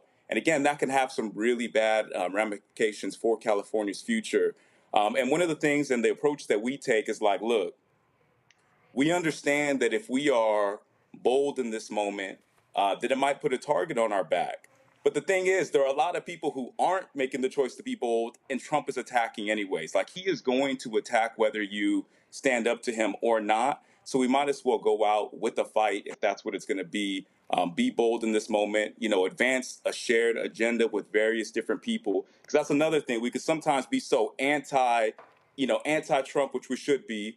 We could be so anti, like, what we don't want to happen. But we've got to be clear on what we're actually defending and what we're fighting for. And that's one of the things that, ABMOC does pretty well, because we have, again, an agenda of about 12 bills every single year that we're working on with hundreds of partners across California. Absolutely. And so last question for you. What do you want folk watching and listening to do to help y'all in what y'all are doing? Yeah, so one, you could definitely go and follow us at www.abmoc.org. We put out a newsletter every month that basically kind of gives people updates on what's happening with our policies. And the other thing, like, show up and show out, because, again, we just had 200 people at the Capitol yesterday because we had 3 bills that were going to be heard in committee. And that makes a huge difference, because there were a couple of folks in the morning who said they weren't going to vote for our things. But when you show up to 60 people or with 60 people to their office and demand that they vote for that, that's how you get votes in this political game, because it's, often about power. And what do they say? Power gives nothing without a demand. So power concedes nothing without a demand, never have and never will. That was Frederick Douglass, but he also said agitate, agitate, agitate. Exactly. All right, then. Eric, we appreciate it. Again, for folks who want to know how to reach your organization, where do they go? So www.abmoc.org. We're also on Twitter and Instagram, so you can follow us there. For Twitter, it's Alliance for BMOC, and same thing for Instagram. All right, we appreciate it. Good luck. All right, thanks so much. I want to go back to our panel, talk about this, but also the previous segment we were talking about. And Lauren, I have these people who they hit me on social media, they send emails, and they go, I think you're just spending too much time on Trump. And I go, are you not paying attention? I'm going, what you're seeing happen with these idiots, these thugs 2 blocks away, it's not just impacting federal programs, billions of dollars. It's impacting state programs. It's impacting county programs, city programs. they're forcing the hands of universities. They're forcing the hands of corporate America. When we keep saying how all of these things are connected, the point that Joe was making in our first segment, people need to understand when you have a dangerous thug like you have, you could literally have the eradication of an entire ecosystem that is being fed and funded. That's why we can't ignore what these fools are doing. Yeah, they're going after 501s, obviously, Roland, as you see. They're going after the law firms, obviously. Yeah, they're literally going after the nonprofits now. The nonprofits. Right, the nonprofits, which that's a hard one for them to hit because, of course, you have a lot of right-leaning nonprofits as well. So I would suspect, at first I thought they might go after the black church, but once again, that would impact the evangelicals, the white evangelicals, so they're probably not going to go after the black church. But all the power centers in the black community, they, of course, are trying to dismantle. I think it was today, we'd seen reporting on this before, but they are going after Act Blue, which, of course, is the primary apparatus for Democratic fundraising. They have completely taken off a mask, and as Greg Carr would say, they have dropped all pretense that any of this is, some problem, or they're not trying to sneak do it or anything. It's just right in your face, playing in your face all the time. And what it requires is a new type of leadership and a different type of thinking that I think is way more aggressive. I don't think this is a moment where any of these groups should be backing down and acting as if they, can't fight back. I think that, law firms like WilmerHale and some of the others that are Jenner Block that are fighting back should be fighting back because, in fact, what your last guest said is true. And we see this in the media as well. He is going to do what he is going to do. They are going to dismantle what they want to dismantle. It has nothing to do with anybody's behavior or anything else. They are looking to dismantle anything that they see as a threat. It is a fear of a black planet strategy that is in your book, White Fear, quite clearly. Interestingly enough, I actually think it's not, it is a very sort of very goal-orientated group of people. It's a small group of people. It's like what they say in the Marines, a few good men. It doesn't take that many people to try to destroy what has been built over the last 6 decades. And the other side, the left, is going to have to really consolidate a strategy around funding and money and how things are funded and how things are powered. And they got to do that like really quickly. I'm seeing a lot of discussion and talking. Obviously, in the black community, there is a, I wouldn't say it's an enthusiasm problem, but there's a moment of reflection, and that moment of reflection is really seen in the lack of participation in some of these rallies that we see across the country. At some point that will change, but it is difficult really to get your mind around what is going on here in terms of what the forward strategy should be moved from the left. But at some point we do have to see that, and I do think it requires really, you have to take a risk. You do have to sacrifice. You do have to lean in a way that, yeah, it is scary. What is the alternative, by the way? Watching, waiting to get hit. So it's an interesting moment. And as you can see from the Democratic Party and some of these advocacy groups, it's taken them a while to find their footing. See, but the thing I need people to recognize here, Rebecca, is that this is far broader and deeper than anybody can remotely comprehend. I don't think people truly understand how interconnected nonprofits, colleges and universities, corporate America is with what happens in federal government. When you have a media company like Gannett announced that they're going to stop collecting racial data because of Trump's DEI executive order, when Donald Trump's DEI executive order only applies to the federal government. So when corporations start saying, oh, we're going to stop doing this because of Trump's DEI executive order, that don't govern you. But they're all running afraid. When Sherry Redstone, who owns Paramount, tells CBS, I need you to let me know how many Trump administration stories are being done on 60 Minutes, and it leads the 60 Minutes executive producer, Bill Owens, to step down because she's trying to get her merger approved. Now you're talking about 60 Minutes. I mean, the gold standard for journalism. People need to wake up and realize that when billionaires all bent their knee and showed up to the inauguration, folk who are worth 100 and 200 billion, these folks are scared of this idiot. You're talking about whole institutions being in fear of a crazy, deranged individual who's only been there less than 100 days and is gonna be there for another 3+ years. Roland, you just said a lot. I want to remind people about 100 years ago when Woodrow Wilson was president. One of the things that he was hell-bent on doing was erasing Black American life from American history. It's one reason why a lot of people now don't understand all of the Black historical figures in the 1800s, those who were freedmen and those who were free men, those who contributed to our country. Because he intentionally went through, got rid of some of those artifacts, some of those portraits, a lot of the records. So how does that impact Black people now?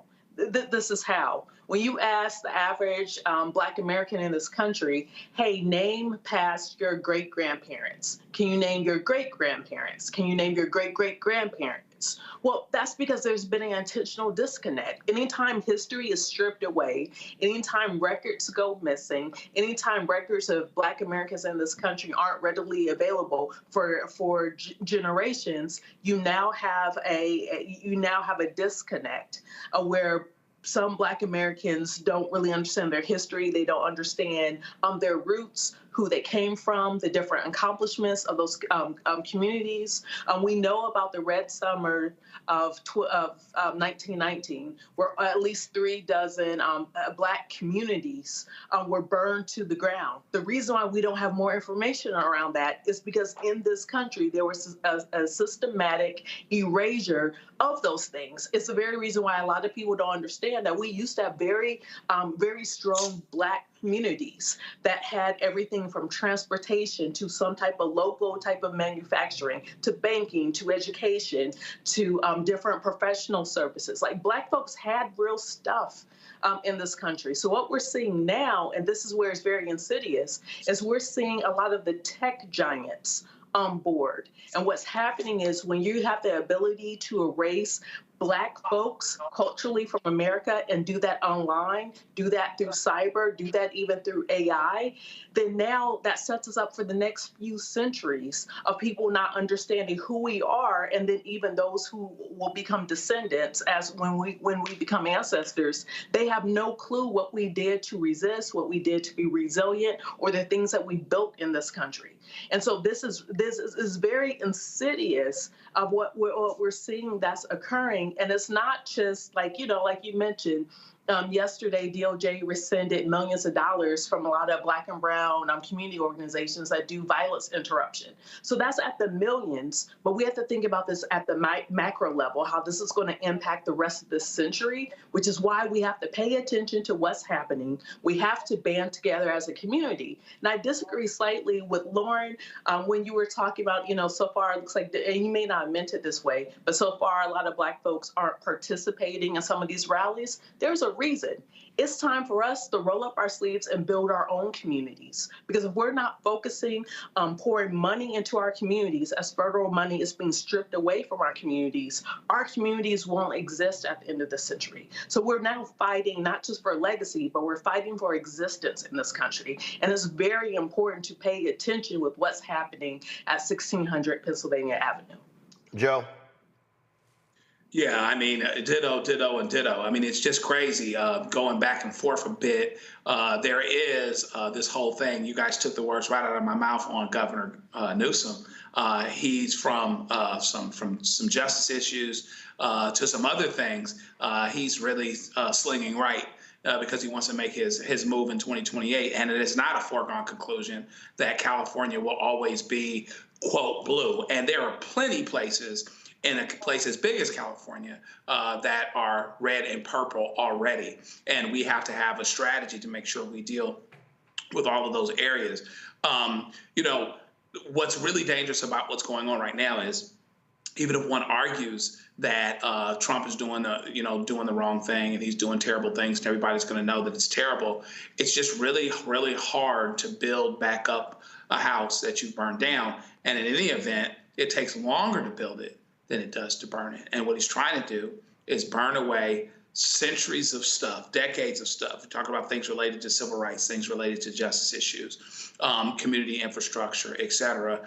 And those things will be harder to bring back because, among other things, if he's allowed to get the tax breaks done that he wants to do, now you don't have the money coming in to fund what one may want to bring back. So it helps to, in his mind, helps to ensure its fate, that it makes it harder to bring back.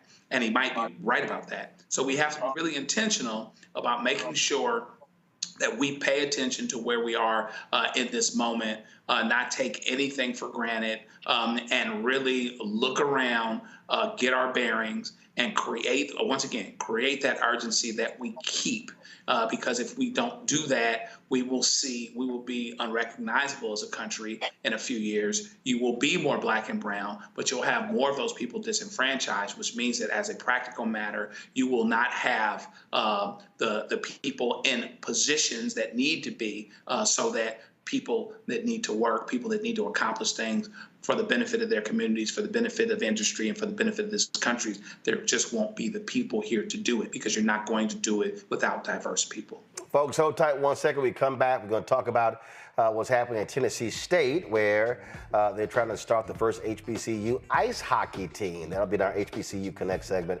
Also, guess what? Elon Musk is crashed Tesla. Now he's leaving D.C. politics. Came in with a big bang, running out with a whimper. That's what happens when you're an idiot who has no idea what they're doing. You're watching Roland Martin Unfiltered on the Black Star Network.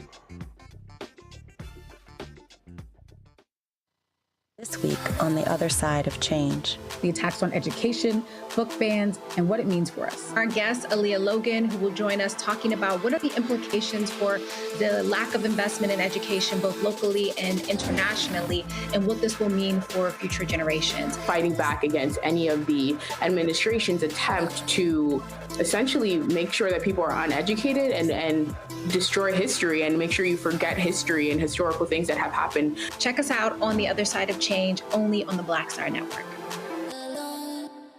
Hello, I'm Isaac Hayes III, founder and CEO of Fanbase. Listen to what I'm about to tell you. The window to invest in Fanbase is closing. We've raised over $10.6 million of our $17 million goal. That means there's room for less than 6,370 people to invest in Fanbase for the average amount. The minimum to invest in Fanbase right now is $399. That makes you an owner in Fanbase today. Go to startengine.com/fanbase to invest. Why? Because current social apps have taken advantage of users for far too long, with content suppression, shadow banning, harmful racist content, and no real tools for monetization and equity. Fanbase has over 1.4 million users and counting, allowing anyone to reach all their following and monetize their content from day one. Social media is the new TV, and whoever owns the apps that distribute that content have the opportunity to own potential billion-dollar companies. While big platforms with uncertain futures are failing to serve their users, Fanbase is stepping up to fill the gap. Don't wait until it's too late. Invest now, invest for yourself and your future. Go to startengine.com/fanbase and own the next generation of social media.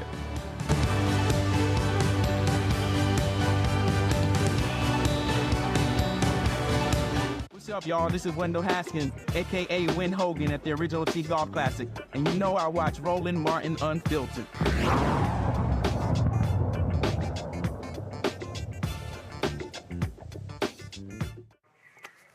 Folks, Fisk University, of course, made a lot of noise when they announced the first gymnastics program at an HBCU, now at Tennessee State.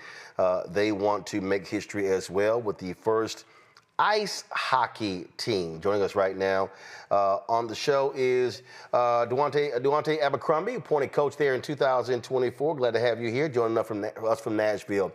So first off, ice hockey, why? Absolutely, ice hockey is something that we've been doing for a very long time, and honestly, why not?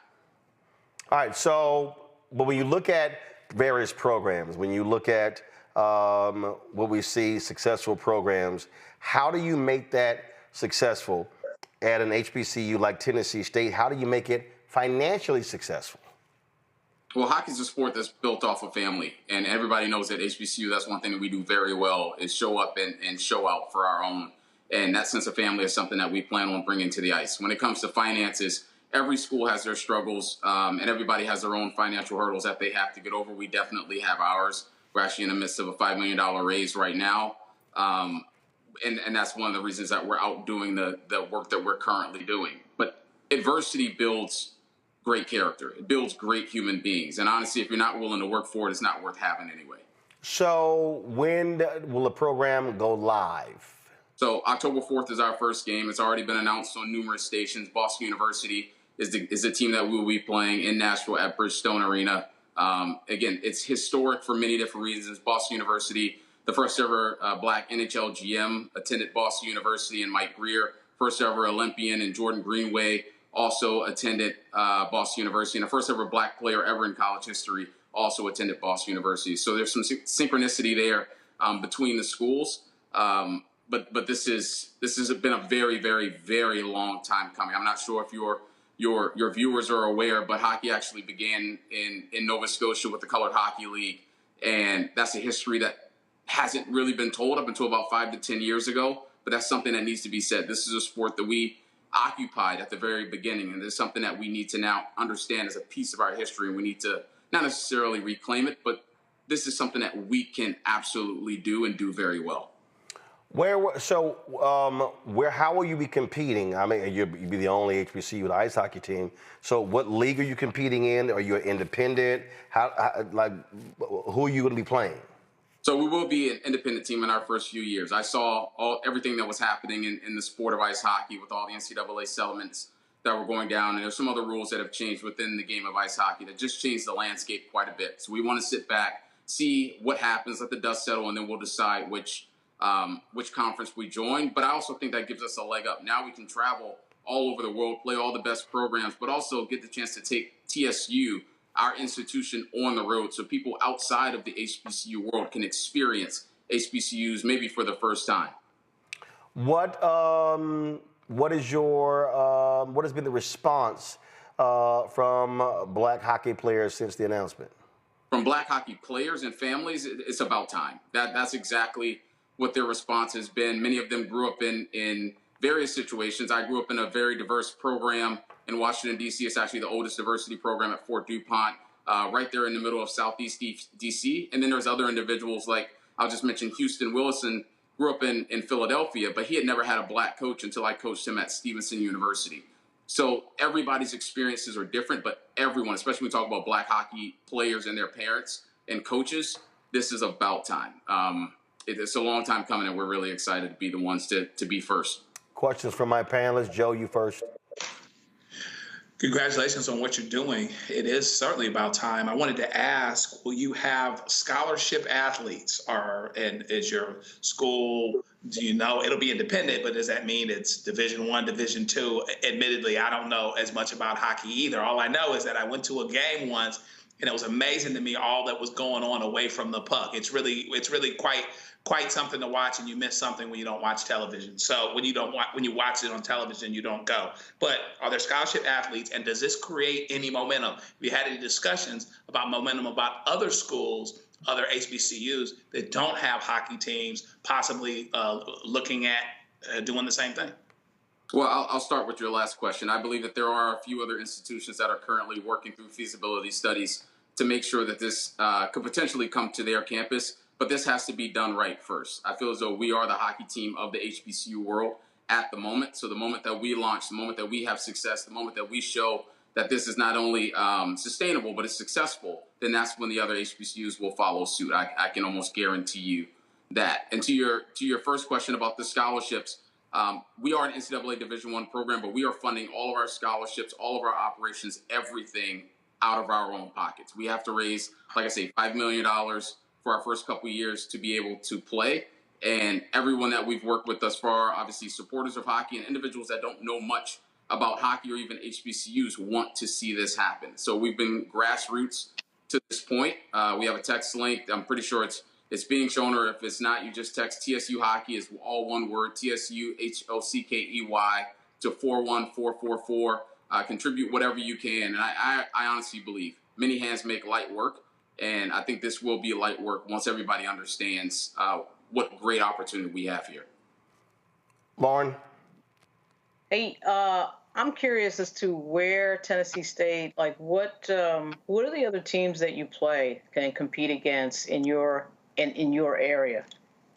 So the only team that's been communicated publicly is Boston University. So that's the only reason why I'm able to say that. There are many NCAA Division I schools within 5 to 6 hours of Nashville, Tennessee, Ohio State, Bowling Green, University of Michigan. These are all NCAA Division I programs that we look to play.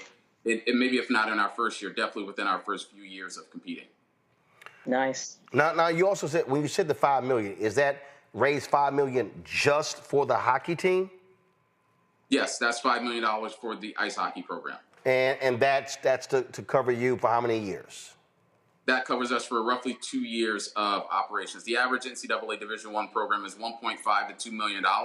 Given that it's our first year, we have a lot of equipment that we would also need to purchase, not even just our physical equipment that we wear, but just equipment around the building. And then there's going to be a lot of travel being independent. So we just want to be very open and honest with our projections. So that's why we're shooting for that $5 million. How much raised so far? So right now, the goal is to get to $900,000 just to be able to drop the puck. And we're over half of the way there, and we're having some pretty big conversations with other individuals. But that's why these conversations matter. The more that we have conversations like this, I know the HBCU world will show up. I know the world in general, because everybody wants to see this happen, will show up, and they'll show up. Rebecca? First of all, congratulations. I have two quick questions.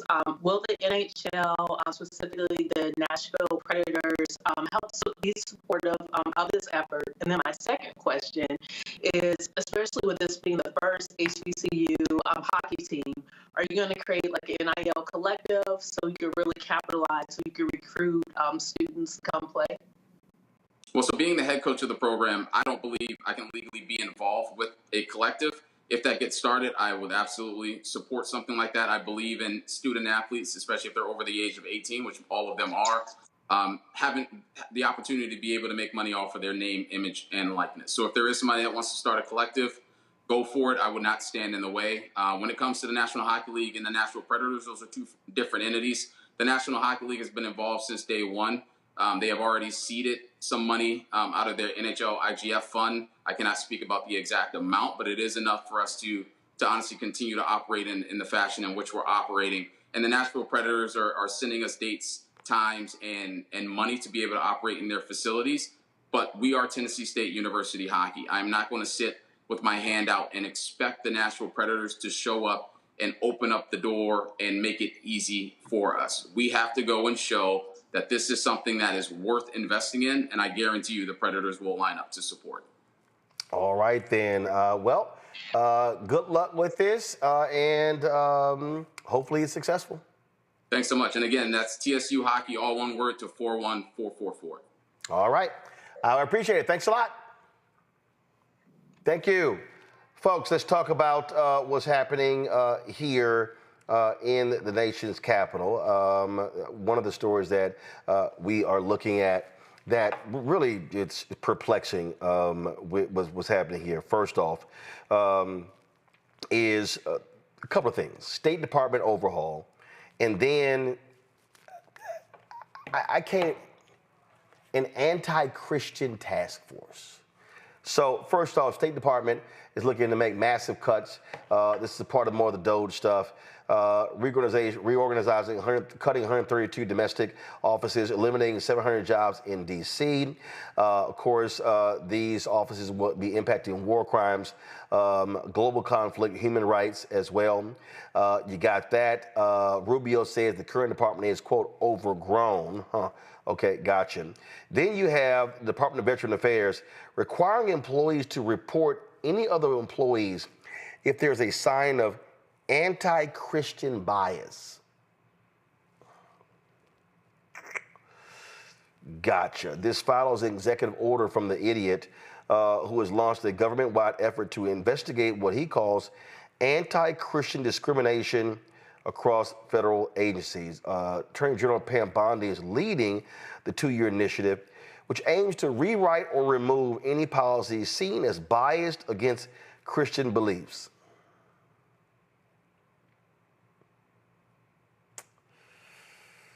Joe?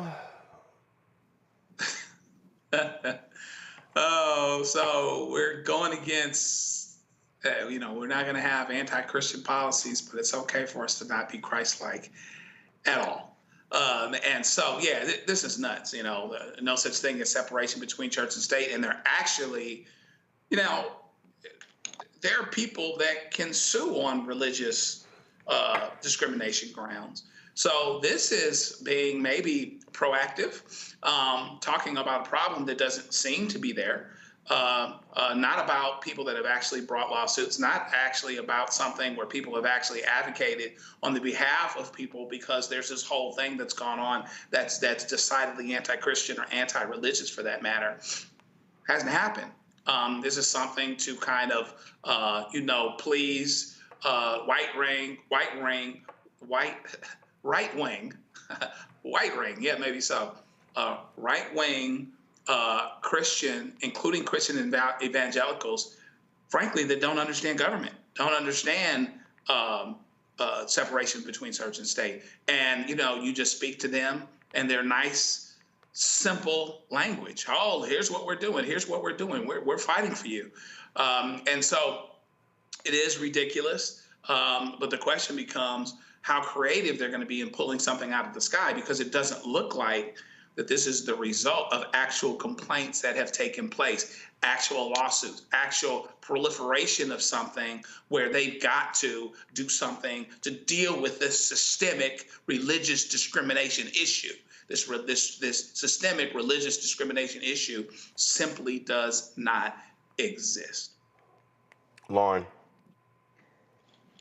Yeah, I don't know what that's about other than the usual. I mean, everything that they do sort of leads back to the same thing, which is to center sort of, I guess, white folks in some way or another. I don't know, but I think it's all distraction, quite frankly. And with regard to what you said about the State Department and the rollback on government, and government's too big and this and that, I'm sure everybody has noticed that the government suddenly became too big when we were making these gains, when Black people were making all these gains in terms of the record number of members of Congress, record number of prosecutors around the country, progressive prosecutors usually.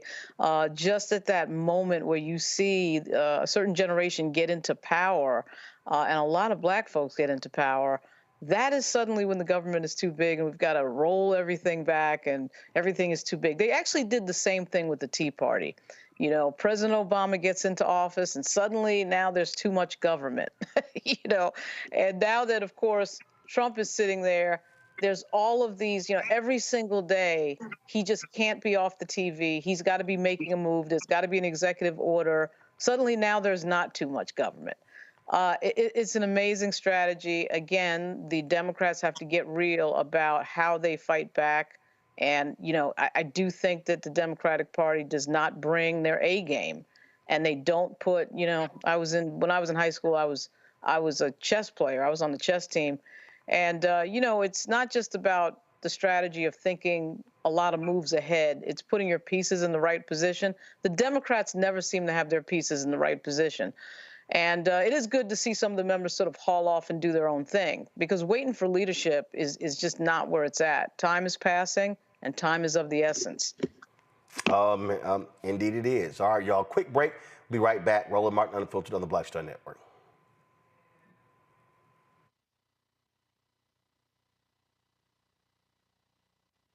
This week on The Other Side of Change. The attacks on education, book bans, and what it means for us. Our guest, Aaliyah Logan, who will join us talking about what are the implications for the lack of investment in education, both locally and internationally, and what this will mean for future generations. Fighting back against any of the administration's attempt to essentially make sure that people are uneducated and destroy history and make sure you forget history and historical things that have happened. Check us out on The Other Side of Change, only on the Black Star Network.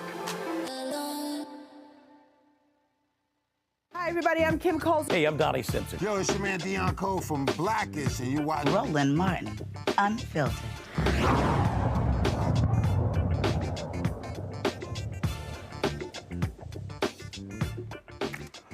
All right, folks, Tennessee Congresswoman Diane Harshberger, Republican, getting some blowback because she called, talking about Representative Al Green, called him a boy.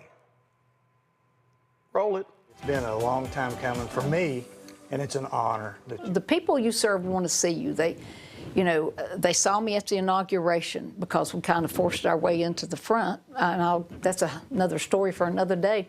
But then they saw me at the State of the Union, too, and I saved that seat from 9:30 that morning. And who am I sitting across from? Al Green, that gets the first member to ever get ejected. I'm like, Lord Jesus, I was on front of every magazine from here to Knoxville. But attorneys will get in a courtroom and they'll fuss and fight with each other, but as soon as it's over, they go out to dinner, have coffee, whatever. Yeah, do Congress people do that? Well, Lord Jesus, they make money that way, too. They get up and rant and rave and tweet or X or whatever it is. And hold their signs up during the State of the Union. No, that's not me. I wanted to go over there and grab a few of them, but Al Green was over here with his cane, and I'm like, gosh, dang it, boy, put that. He does not need that cane. That cane is a prop. I swear it's not real. And I'm wondering, one of my colleagues said, screw the gold part off of that and see if there's a gun in there. I'm like, I don't know about that man. He's just Weird Al. First of all, she claims all the attention she got. Literally, y'all, I don't even know who the hell she is. I ain't never heard of this woman. I have never heard of this congresswoman. So, I don't know. You should be thanking Al Green, because the only reason we even mentioning your country ass is because of what she said. Here's Congressman Al Green at a news conference. Except for today to communicate. And there's also a reference that was made to my cane. I'll talk about all three of these, and then each person here will have an opportunity to speak as well. We're all going to try to be as brief as possible. But this is a topic that many people are very passionate about, both of these topics, meaning the slur on the LGBTQ plus community, as well as a slur on black men. Boy, this is especially sensitive for me because as a child, I remember my father being stopped by a peace officer, and the officer referred to my father as boy, and my mother was girl. And it wasn't just that one time. It was the way society addressed people of color who were of African ancestry at the time. It wasn't said to indicate that you were youthful. It was said to demean, to degrade, to denigrate. It was said such that you would know your place in society. And it was something that you would immediately have said to you. I can remember the child of an Anglo male calling my father boy, the child. My mother was called girl in the presence of her friends on one occasion. Friends, it's not about Al Green. It's about whether black people in this society are going to allow slurs such as this to be normalized. We cannot allow the normalization of these kinds of slurs. Lauren, your thoughts?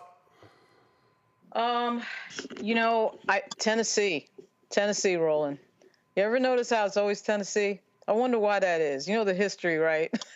Tennessee. Here we go. And you're right. I had never heard of this member of Congress, and I cover Congress.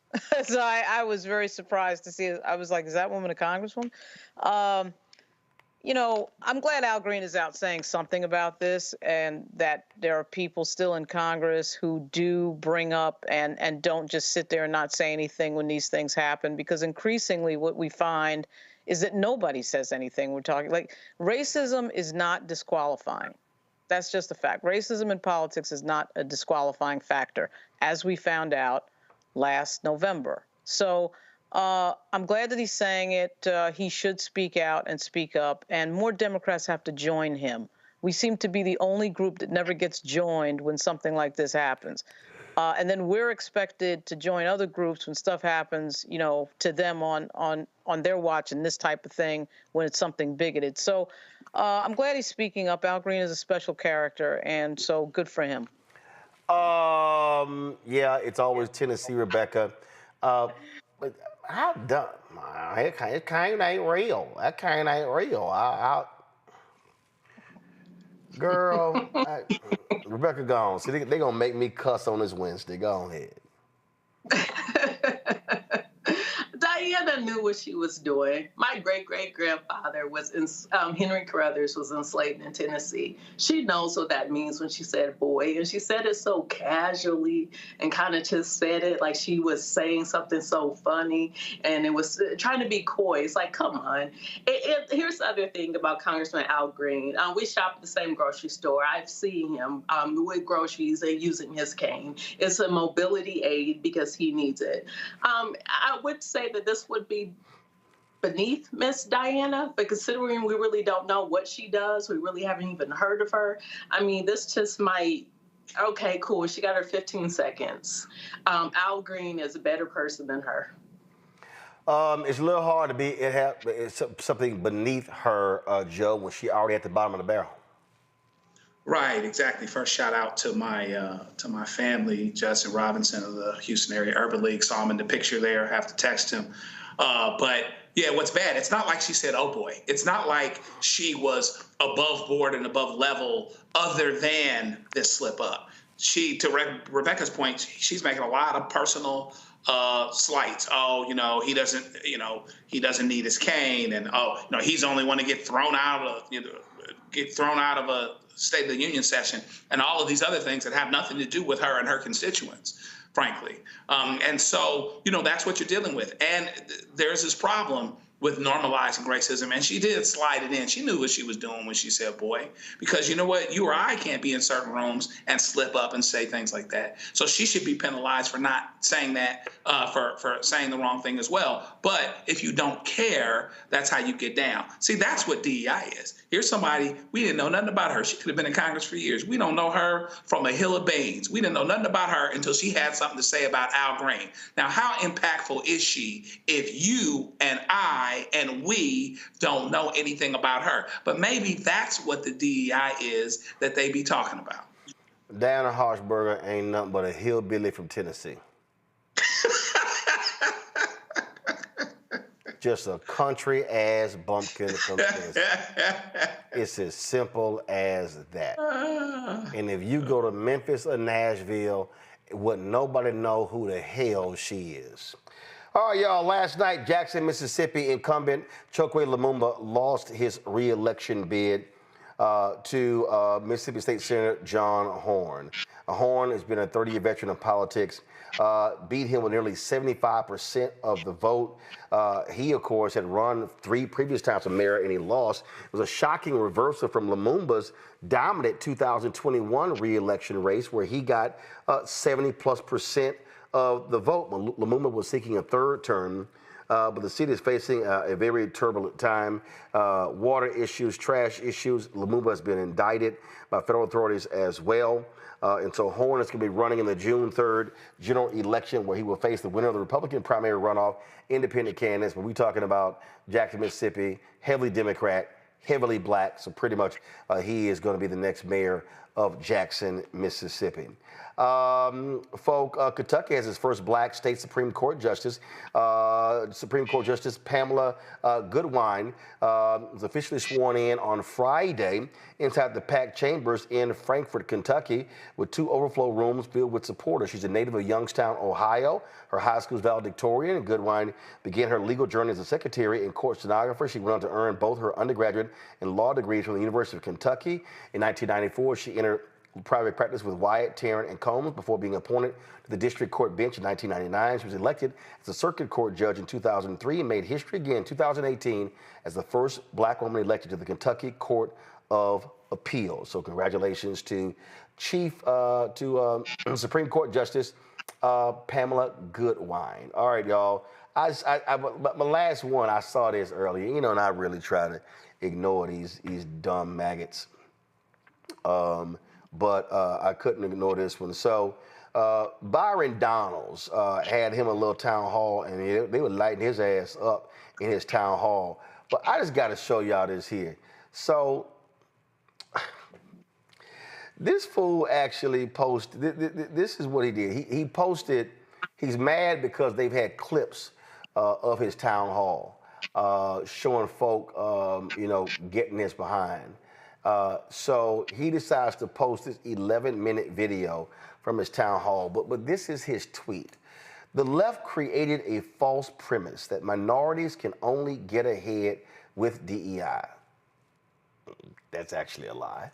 This is wrong. This is a lie. Actually, your lie is a lie. This is incredibly disrespectful. Life, y'all, now this is the one that took me out. Life is about access and relationships.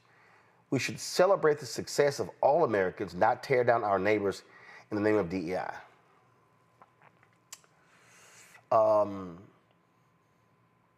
Rebecca, diversity, equity, and inclusion programs are meant to include you. And by including you, that means offering up a diverse field of people in order to have equity among jobs.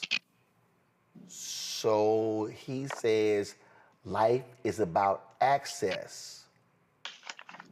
That's why the programs were created, to give access, to literally give access to people who traditionally don't have the relationships already. I mean, speaking of relationships and DEI, is he still mad that DeSantis is undercutting his potential bid for governor of Florida? Like, I don't understand what he's doing, or even when he said all the people who protested at his town hall that they were plants and they were being paid. I mean, he confuses me. Here's the thing. Black folks in this country, we really don't want DEI if this was a true meritocracy. Because we know if it's a true meritocracy, we're going to rise to the top. But when you have systemic racism in this country, where we're intentionally left out of society in this country when it comes to proper banking loan rates, when it comes to education, when it comes to actually being able to compete and get the jobs and the quote-unquote good jobs, we don't want DEI. We just want to be treated fairly. But because this country refuses to deal with its original sin and refuses to deal with us fairly, then these white people did come up with DEI. So he's right. White people did come up with DEI. White people are the main ones who benefits from DEI. But what he's saying is a word salad that doesn't make sense. Like, you want to run for governor, you have other political aspirations, and you don't get it. You wanted to be in Trump's cabinet, and guess what? You did not get it, but you did all this shucking and jiving. So now you're playing the fool, the minstrel. You're doing your own DEI program, but it's not working. I thought this was pretty funny, Lauren, from the town hall. Cash by Isabel Wilkerson. Have you read the book of my life? Cash. Stop. Don't educate me about my life, sir. Don't do that. Don't, sir. Hold on. What? Please, hear me on this. I like how everybody's shouting at me, the black guy on stage with the microphone and saying, have you read this book? sorry, wait a minute. The guy said, have you read Cast by Isabel Wilkerson? And then what does he then do? Hope y'all didn't miss it. Y'all yelling at the black guy on the stage. Oh, so now we are acknowledging blackness. Allow me to play it again just in case some of you missed it. Listen. Have you read the book Cast by Isabel Wilkerson? Have you read the book of my life? Cast. Whoa, stop. Don't educate me about my life, sir. Don't do that. Don't, sir. Hold on. What? Please, hear me on this. I like how everybody's shouting at me, the black guy on stage with the microphone and saying, have you read this book, read this book, read this book, read this book? Don't marginalize my life and what I've done. Don't do that. Don't marginalize other black people. Don't do that. Don't marginalize theirs. Do you know how many black men in America today? Have you read the book? Do you know how many black men in America? Oh, I'm sorry, Lauren. Are we having a DEI conversation? Now we're black now. So now suddenly we're black. we're black. We're black. He's going to get his melanin card pulled hard on the governor thing. I'm glad Rebecca brought that up. He's going to get that card pulled hard because it's just sitting here. I realized who he is. He's not J.C. Watts, but this reminds me of the J.C. Watts scenario because every room that Byron Donalds walks into on Capitol Hill is a bunch of white males. He's got to realize that.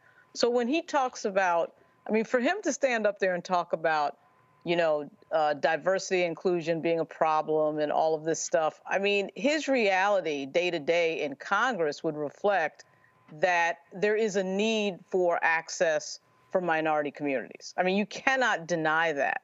But he's about to get a political lesson down south. There's no doubt about it, because they are not going to favor him for the next governor of Florida. That ain't happening. So, it amazes me how long it takes some of these guys to figure out what the real game is. But, honey, he's about to figure it out. And for him to sort of be out there arguing about reverse racism as if you can somehow lie to yourself like this in front of all these people and then go home at night and not realize that this is all nonsense. I get that he's trying to, be loyal to the party. He, as Rebecca already brought up, he got nothing for that. And he's about to learn the lesson. By the way, Roland, Donalds has a bill to rename the press gallery after Frederick Douglass. Something I find highly ironic because it's very hard for black members of the press to get credentialed in that daily press gallery on Capitol Hill. But I'm going to talk to him next week about that because he's probably unaware of that. But at any rate, it is amazing to watch him up there. I refuse to believe he is as unaware of what he's doing as it may seem. But here's the other deal, though. Again, if you want to name it after somebody, I don't know, Alice Dunnigan, Ethel Payne. They've got photos and stuff up in the gallery of Ethel Payne, and they've got a photo of Frederick Douglass. I find all of that to be completely. No. I'm just saying that if you want to rename it after somebody, you name it after somebody who actually covered.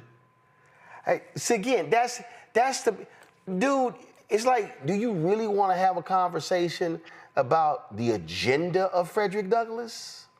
He does have a history of black press in that bill. There's sort of a little bit of a historiography of the black press. Again, I'll talk to him face to face. Right? No. But the point that you're making is an important one, dude. If you want to be credible, then why don't you sit down with the black press today? Why don't show me, Byron Donalds, your black press roundtable? Show me how many black-owned media TV interviews you do. Oops, I'm sorry. What was I thinking? I'm somehow Joe talking about accountability. I'm sorry. Yeah. Excuse me. Yeah, it's his damnedest thing, And it's interesting. You got to give it to him. He's pragmatic. Like in a moment, something jumped off, and he became black before our eyes. Now, listen. We all knew he was black. The brother's my complexion. We knew. But at that moment, because because of what he said, he knew. And most of the time, he plays it off. But that being said, we're going to go down the road here. And there's plenty of legit black conservatives out here that you disagree with, but who aren't putting the black card down all day, every day. But when he gets, chomped up by those alligators in Florida, let's see if he takes advantage and becomes black again, and does that when he sees its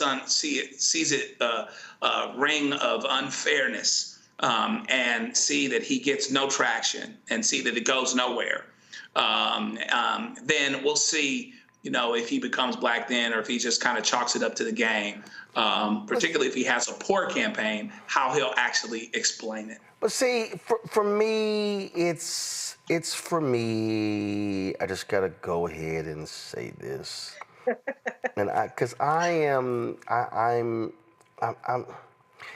was not gonna show this fool on today's show, but y'all are just gonna go ahead and make me do this, because it's just stupid stuff. It's just stupid stuff that people say that really gets on my nerve. And let's see. Well, I'm sorry. Did she delete it? So Kim Klacik. Oh gosh. Kim. Well, yeah. You know what? I think she deleted her post. Or she did. So Kim Klacik, y'all. That's the little black MAGA child in Baltimore. She done lost every race she ran. So she posted, like, I already told y'all I'm petty.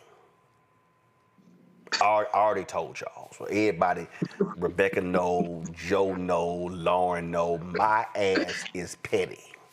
So, I'll happily go to your page and light your ass up.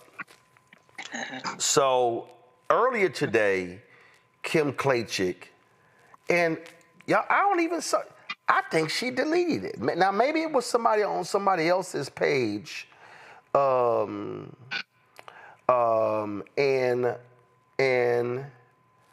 hold on, because somebody sent it to me, and this morning, and that's the only reason I saw it. So. Yeah, I think she done deleted her little post. So she put up a post, and she said, Donald Trump, he's black people. I don't understand. Donald Trump is trying to dismantle this system, and I thought y'all wanted this system that perpetuates systemic racism to be dismantled. So y'all should be supporting what Trump is doing. Now you had a few maggots, the minions commenting. So y'all know my petty ass had to comment. And I said, really, Kim? That's interesting, because I haven't seen you comment on Trump, U.S. Attorney in L.A., trying to get a conviction overturned of a deputy sheriff who beat a black woman. I haven't heard y'all say anything about ending the settlement in Alabama regarding the black people in Lowndes County with sewage coming into their yards in the homes. I haven't seen y'all say a word about Donald Trump ending the pulling out of the case in Louisiana, suing petrochemical companies in Cancer Alley that are killing black people. I said, I thought y'all were pro-life. I said, I haven't heard y'all say a word about Trump pulling out of the lawsuit in Texas that said black and brown voters were being disenfranchised when they had redistricting. I haven't seen y'all say a word about Donald Trump pulling out of an investigation in a lawsuit against, with HUD leading it, against an HOA in Dallas and $1 billion in hurricane relief not going to Harris County with black and brown communities. I said, so I'm confused. You say that Donald Trump is dismantling this system of that we have been criticizing, but your ass ain't said a word. GTFOH. I can't find her post. That's a consciousness of guilt moment that you can't find her post. Can't find it. Like literally, I mean, it got too hot. Like literally, somebody sent it, and I can't find it. I'm on Instagram looking for it. I mean, Clay Kane's book is correct. The grift is real. They know what they're doing, but the problem is Trump is going to punk them and make them look like idiots. Because that's where this is headed. When you fool around with the Blacksonian, what you already said with Lowndes County and Harris County, that's all going to come. Those chickens are going to come home to roost hard in a big way, and they're not going to be able to explain it. The black conservatives are going to look ridiculous. That's what's going to happen. Go right ahead, Rebecca. Roland, if you're going to be full petty, if you're going to be Petty LaBelle, you got to take screenshots. Because a bunch of these black MAGA people are posting and deleting because they're getting lit up in the comments. So I need you to take screenshots next time. I mean, what happened was this morning when I woke up and I saw it, and I was like, I think I need to respond. And then, I'm just scrolling and scrolling and scrolling. And I'm like, well, I mean, I swore it was a recent comment, and here I'm already in March, and I'm scrolling, and now I'm about to roll into, nope, that ain't it. Nope, that ain't. She got all these photos here on Westmore, and I'm like, girl, bye, you can't even. She got more pictures of Westmore on her page than Westmore got on his Instagram page. She got all this stuff, but I think the comment that she posted is gone. Kim, I don't understand. Hold up, is this it? Is this it? Oh, here we go. It was from March 7th, so it wasn't a recent comment. So let me just go ahead and share the screen so I can just play this for y'all, because this was too delicious. Because I just want y'all to hear, let me put this code in.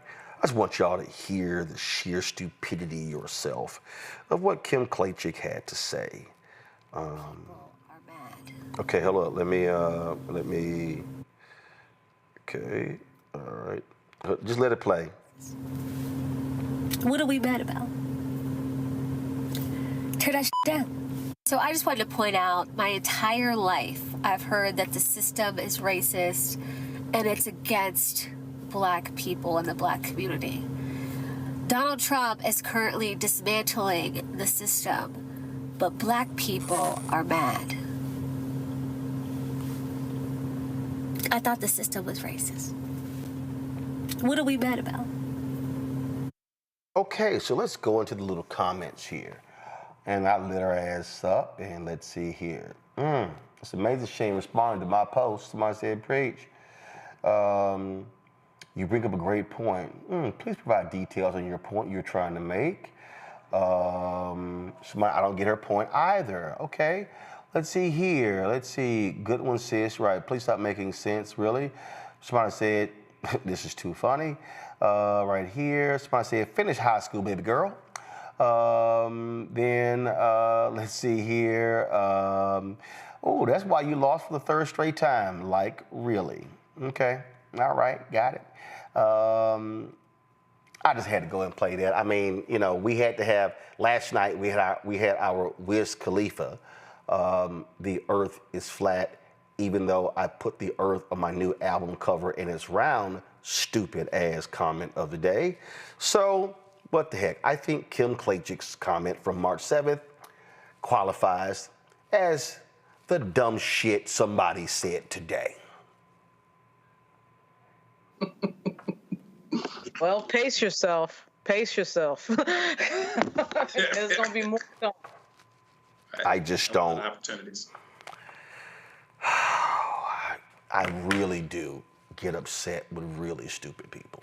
You know what I'd love to know? Why doesn't she have a job in the Trump administration? Say it again?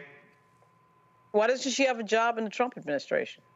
I mean, all of this presentation and free PR for Donald Trump, why don't you have a job? Why doesn't Kim Klacik have a job in the Trump administration? Probably because you need to have, I don't know, a resume. Do you, Roland? Or, I don't know. brains. If you're black, you Oh, that's man. What it could be. Okay, all right, that's it for us. I've had enough of stupid for today.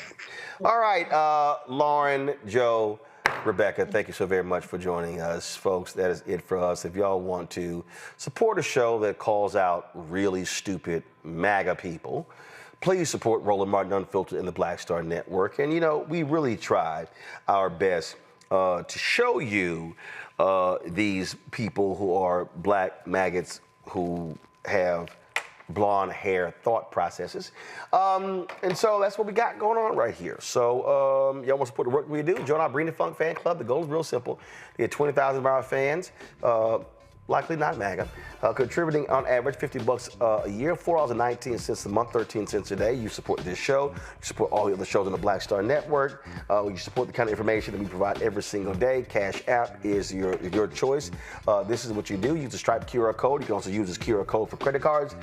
Click the Cash App button and keep it moving. You want to send a check or money order? Please make a check and money order payable to Roland Martin Unfiltered, not Ro, not Uncle Ro, not Roland Martin, not Black Star Network, not Unfiltered, Roland Martin Unfiltered. Send it to P.O. Box 57196, Washington, D.C. 20037-0196. PayPal, R. Martin Unfiltered. Venmo, RM Unfiltered.